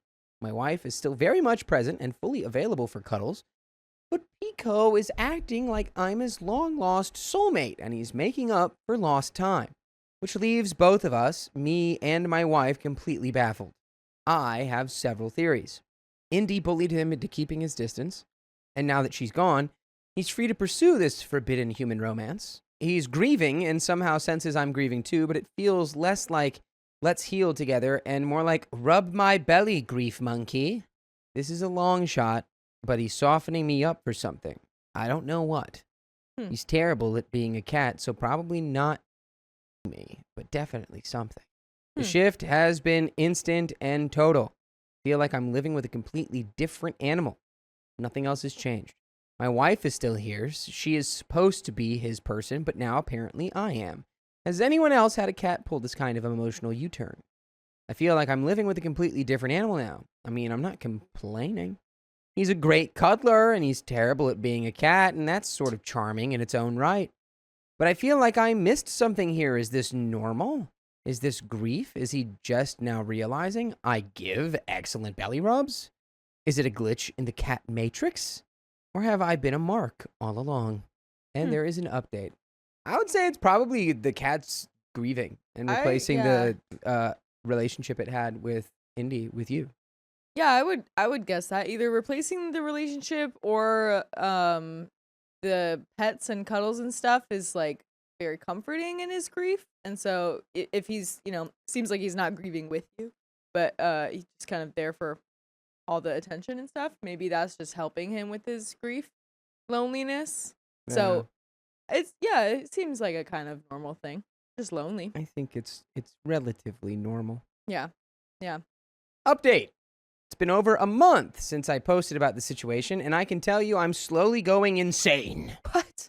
Many of you responded to that post, alluding to some version of the theory that Indy, our cat who recently passed, had claimed me as hers, and that she had kept the other cat, Pico, from me. I have now come to believe this may be true, but not in the way you all thought. I think she was protecting me from him. One might even say she did it for his own good. He does not stop meowing. Am I exaggerating? Of course I am. He's not capable of uttering a constant, repeating, irritating meow every second on the second for all 86,400 seconds of the day. He's asleep for approximately 16 to 18 hours of it. He also spends 10 to 30 seconds per meal inhaling the variety of damp brown pate-like meat pastes we drop onto his ornate flower-shaped ceramic cat dish multiple times a day. Thank you for clarifying. I really did think that it was, in fact, 24 hours a day. Just a... Yeah. Yeah. Not eating, not going out, not sleeping. So thank you. I really appreciate you for clearing that up. Thanks. Meow. He is capable of keeping up that unrelenting pace of meowing for several consecutive minutes, sometimes as many as 15, bundled together into an episode of mind-eroding sonic torture. It's not loud, it's worse than loud. It's like a psychic lance to my skull, as though someone is tapping on the blackboard of my mind with chalk-dusted fingers, little scratches of nerve-wrenching shocks to my cerebellum over and over and over again. Meow, meow. I have ascertained some of the meanings of his belligerence. The purpose of these verbal, harmful acts are many. Here are just a few of the reasons he has decided to employ this persuasion technique. He would like his breakfast approximately 3 hours early, 5 a.m. He would like a second serving of breakfast. He thinks he can convince whichever one of us didn't serve him breakfast that he hasn't had breakfast yet. He would like some of mine. He would like lunch now. Yes, he has recently decided he would like lunch. He's thirsty. He, of course, has a massive cycling water bowl, but it seems he must announce when he's heading off for a drink. He would like an afternoon snack. He would like my afternoon snack. He is wondering if he can have some of our dinner. He would like his own dinner. He would like my wife to stop singing. He would like to be pet. He would like to be drawn into a cuddle and pet. He would like to be drawn into a cuddle and pet at 1 a.m. He would like to be drawn into a cuddle and pet at 3 a.m. He would like to have a post-breakfast cuddle. He would like to have a post-dinner cuddle. He would like to be elevated onto the bed. He would like to be de-elevated from the bed. Here are 2 things he does not utilize this skill for, warning us he is about to barf a hairball or his dinner onto the bed, letting us know he has failed to reach the litter boxes and has instead opted to poop on the stairs. Meow, meow, meow. And finally, to explain the elevation points and the yet unmentioned and most egregious use of this newfound misuse of his vocal powers, I must explain that my desk where I work most days is in a cubby in our bedroom. Directly behind me is our marital bed, which, in his ascension and self-crowning as king of this domain, he has claimed as his royal throne. Yes, there are stairs installed at the end of the bed. Yes, he is perfectly capable of using them. But no, he does not lower himself to such indignities when his human-powered elevation device is present. To be clear, I am that human-powered elevation device. Not my wife, not any other nearby human, just me. Meow, meow, meow, meow. This leads us to the newest and most heart-melting yet infuriating implementation of his royal declarations. Begging for my attention. Not just my attention, but a very specific form of attention that he bypasses my wife for entirely. She cannot perform this task, apparently only I can. Meow, meow, meow, meow, meow, meow. Even as I write this, he's pawing at the back of my chair, demanding that I perform my duty. That duty is belly rubs. It's not just any old belly rubs. He likes when I grasp him firmly, but gently, press my head against him, and flop him down onto his side. A gesture that began out of pure frustration after being interrupted for the 7th time in an hour. I pressed him to the bed and gave him a fury-fueled belly rub as recriminations for his bad behavior, only to have him start purring loudly. Oh, this is so funny. I love cats. I love cats. They're so funny. They're like, get down. And the cat's like, Oh, okay. only that forever. You've officially signed up to do that forever. That's so good. The same way he used to purr for my wife when she would relent and let him cuddle her in the wee hours. A purr I once interpreted as a petulant, performative, dramatic cat version of, "See, fat man, she loves me more. Meow, meow, meow, meow, meow, meow, meow, meow." Now, weeks later, I must repeat this ritual several times a day. I'm not allowed on the bed with him. I must remain seated in my chair, leaning over him, so he can paw at my shirt or attempt to clean my face. He either wants to be fully on his back, clinging to my arm with his front paws, or slightly on his side, kneading the air like a baker of invisible biscuits. Is it cute? Of course. Is it annoying and inconvenient? Almost exclusively. When I am in meetings, meow. When I am deep in a programming binge, meow. When I am desperately trying to maintain focus on a passage of prose, meow. When I'm trying to watch course material for work, meow. Meow, meow, meow, meow, meow, meow, meow, meow, meow. It's slowly eroding away at my tether. I can feel each utterance pierce into the meaty noodles of my gray matter like an infestation of furry caterpillars crawling amongst my neurons. And yet how can I be angry with him? How can I be annoyed? His aged purr muscles sputtering as I stroke his belly, sounding like an ancient lawn tractor lurching back to life. The engine struggling to turn over even with the choke fully pulled out. Sometimes I try to reestablish my grasp of reality by engaging these mewlings in conversation. Meow. I'm sorry, I didn't catch that. Meow. No. It's not time for your dinner yet, buddy. Meow. You wouldn't talk to your mother like that. Meow. It's not okay to use that kind of language in this house. Meow. Seriously. Where did you learn that word? It was not from me. Yeah, you've discovered the thing you do. Talk to your cat. Oh, yeah. Is it working? I don't know. My wife and mother-in-law find these exchanges hilarious. They don't realize this is my last-ditch effort to keep my sanity. I don't think it's working. I am losing it.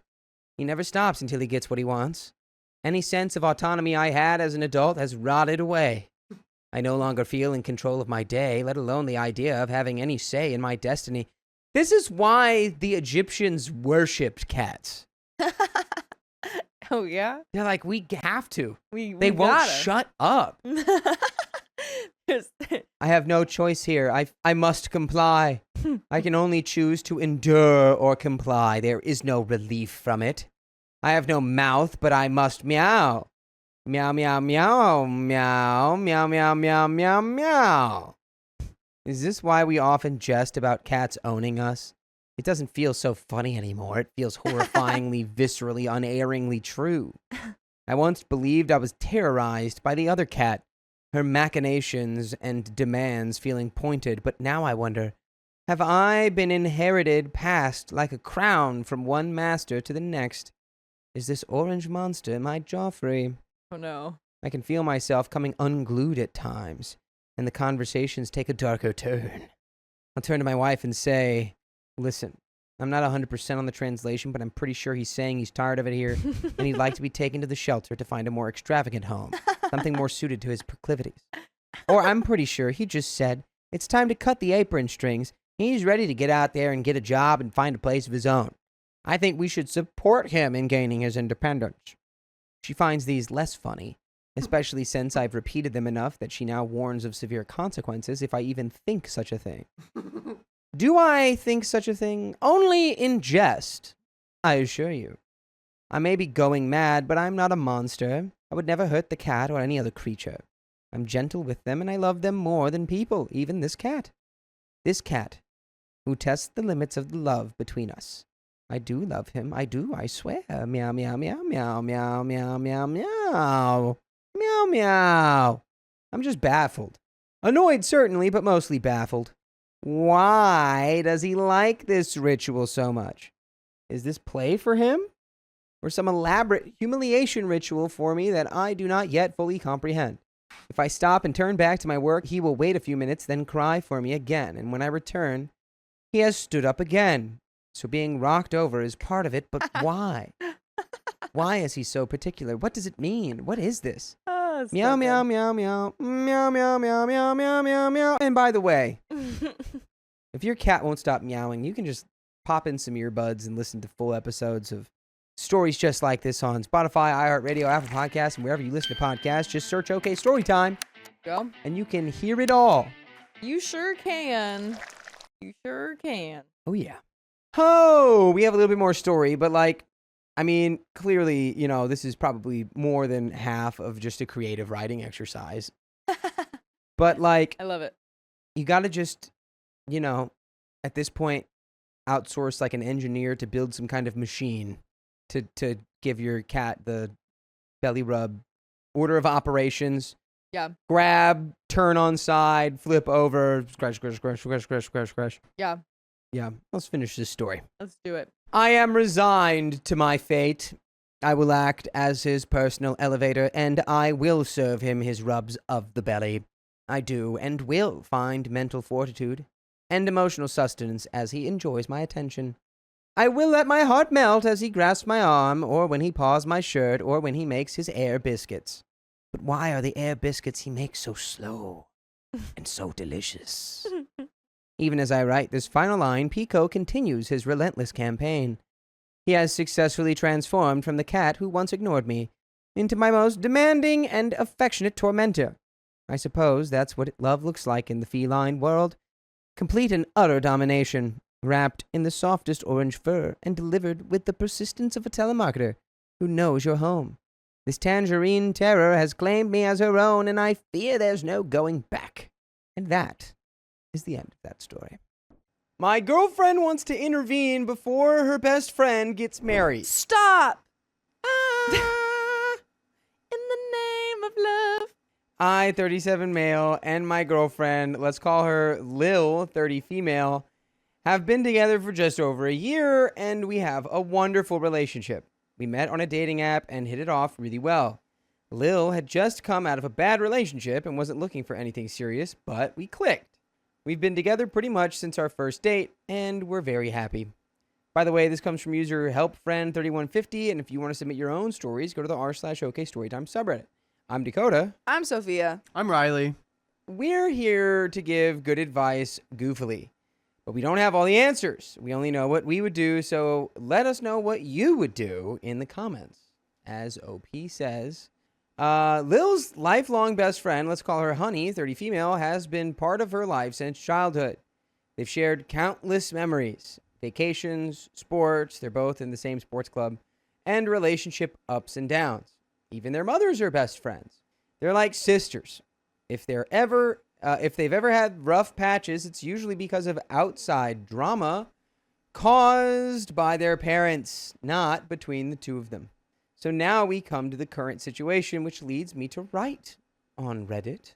I have followed these stories online and asked my girlfriend if she thinks it's a good idea to see what strangers think about this saga. Before Lil and I got together, there was a period where both she and Honey were single and casually dating. During that time, Honey met Pete through mutual friends, I think. They started texting and meeting up, but they weren't officially a couple. In October, Lil and Honey went on vacation together for a week abroad. They were both single and did the typical single girls on holiday stuff, but nothing serious happened. Despite not being official with Honey, Pete was blowing up her phone during the entire trip, accusing her of sleeping with multiple guys. Well, y'all aren't official. She knows all about that. Okay. Whoa. Whoa. Not being official. Okay. That's her sweet spot. Okay. That's the money zone. Okay. All right. He even went as far as asking Lil, while on a video call with Honey, if they hooked up with guys they'd met. He didn't know Lil and was pushing in an upset manner to get information from her. Honey moved out of the frame and nodded her head, signaling to Lil to lie. After the trip, Honey didn't break things off with Pete. Instead, she started lying to him about what she was doing. In November, Lil and I met and started dating. Things went so well that we both ended things with other people quickly and became exclusive, though not official yet. Yeah. That's so reasonable. I don't have a great relationship with most of my family, so Christmas gatherings are small. Just me, my nephew, and his girlfriend. Since board games are dull with just 3 people, I asked Lil to join us even though we'd only been seeing each other a few weeks. She agreed, and it turned out to be a wonderful evening. We ate, drank, played games, and had fun. After my nephew and his girlfriend left, we went to bed. The next morning, I went to make coffee and returned to find Lil in tears, shaking. While I was gone, she had listened to voicemails Pete had left her between 3:30 and 4 in the morning the night before. In them, he shouted at her, accused her of being a bad influence, and said he wouldn't stay with Honey as long as Lil was part of her life. Well, then let's get rid of Pete. Yeah. Adios, Pete. Petey. I recorded the voicemails on my phone in case he deleted them later. We discussed going to the police, but Lil decided instead to call Honey. Honey brushed it off, saying Pete had been wasted and emotional, and promised to make him apologize. I am wondering Also, if it's like we just did not get what exactly he did. It's unclear whether or not Honey, I guess what Honey was doing. Later that day, Pete sent Lil a short text apology and considered the matter closed. Honey didn't address it further. Lil blocked him everywhere and decided not to press charges. What happened? He must have threatened her. He or must have done something. something because there's no way that they're just saying, "Oh, press charges" for no reason. Yeah, there had to have been a threat. Yeah. 1 week later, Honey and Lil left on another long vacation together. I was sad because I really liked spending time with Lil, but I wanted her to enjoy her trip. I would be nervous if my girlfriend was going on a trip with the girl who does cheat on her boyfriend and told her to lie. I'd be like, well, you're not going to do that, It'd right? be like, Honey's the bad influence. Right? Since she didn't buy a phone plan for the destination, we agreed to keep communication light. Just occasional texts when she had Wi-Fi. The problem was Honey did buy a phone plan. This meant she was constantly texting and calling Pete throughout the trip, reassuring him she wasn't cheating. Yikes. She even had to confirm things like not sleeping with the pilot during a 1-hour flight between islands. Meanwhile, Lil was sidelined, often ignored, while Honey focused on Pete's paranoia. Eventually, Lil asked if she could also have quick calls with me, just like Honey was doing.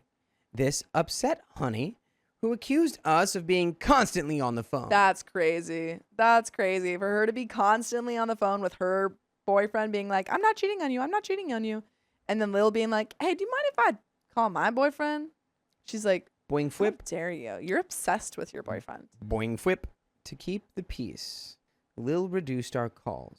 Pete also started setting bizarre rules like making their profile picture a couple's photo. Unsurprisingly, the vacation wasn't as great as Lil had hoped.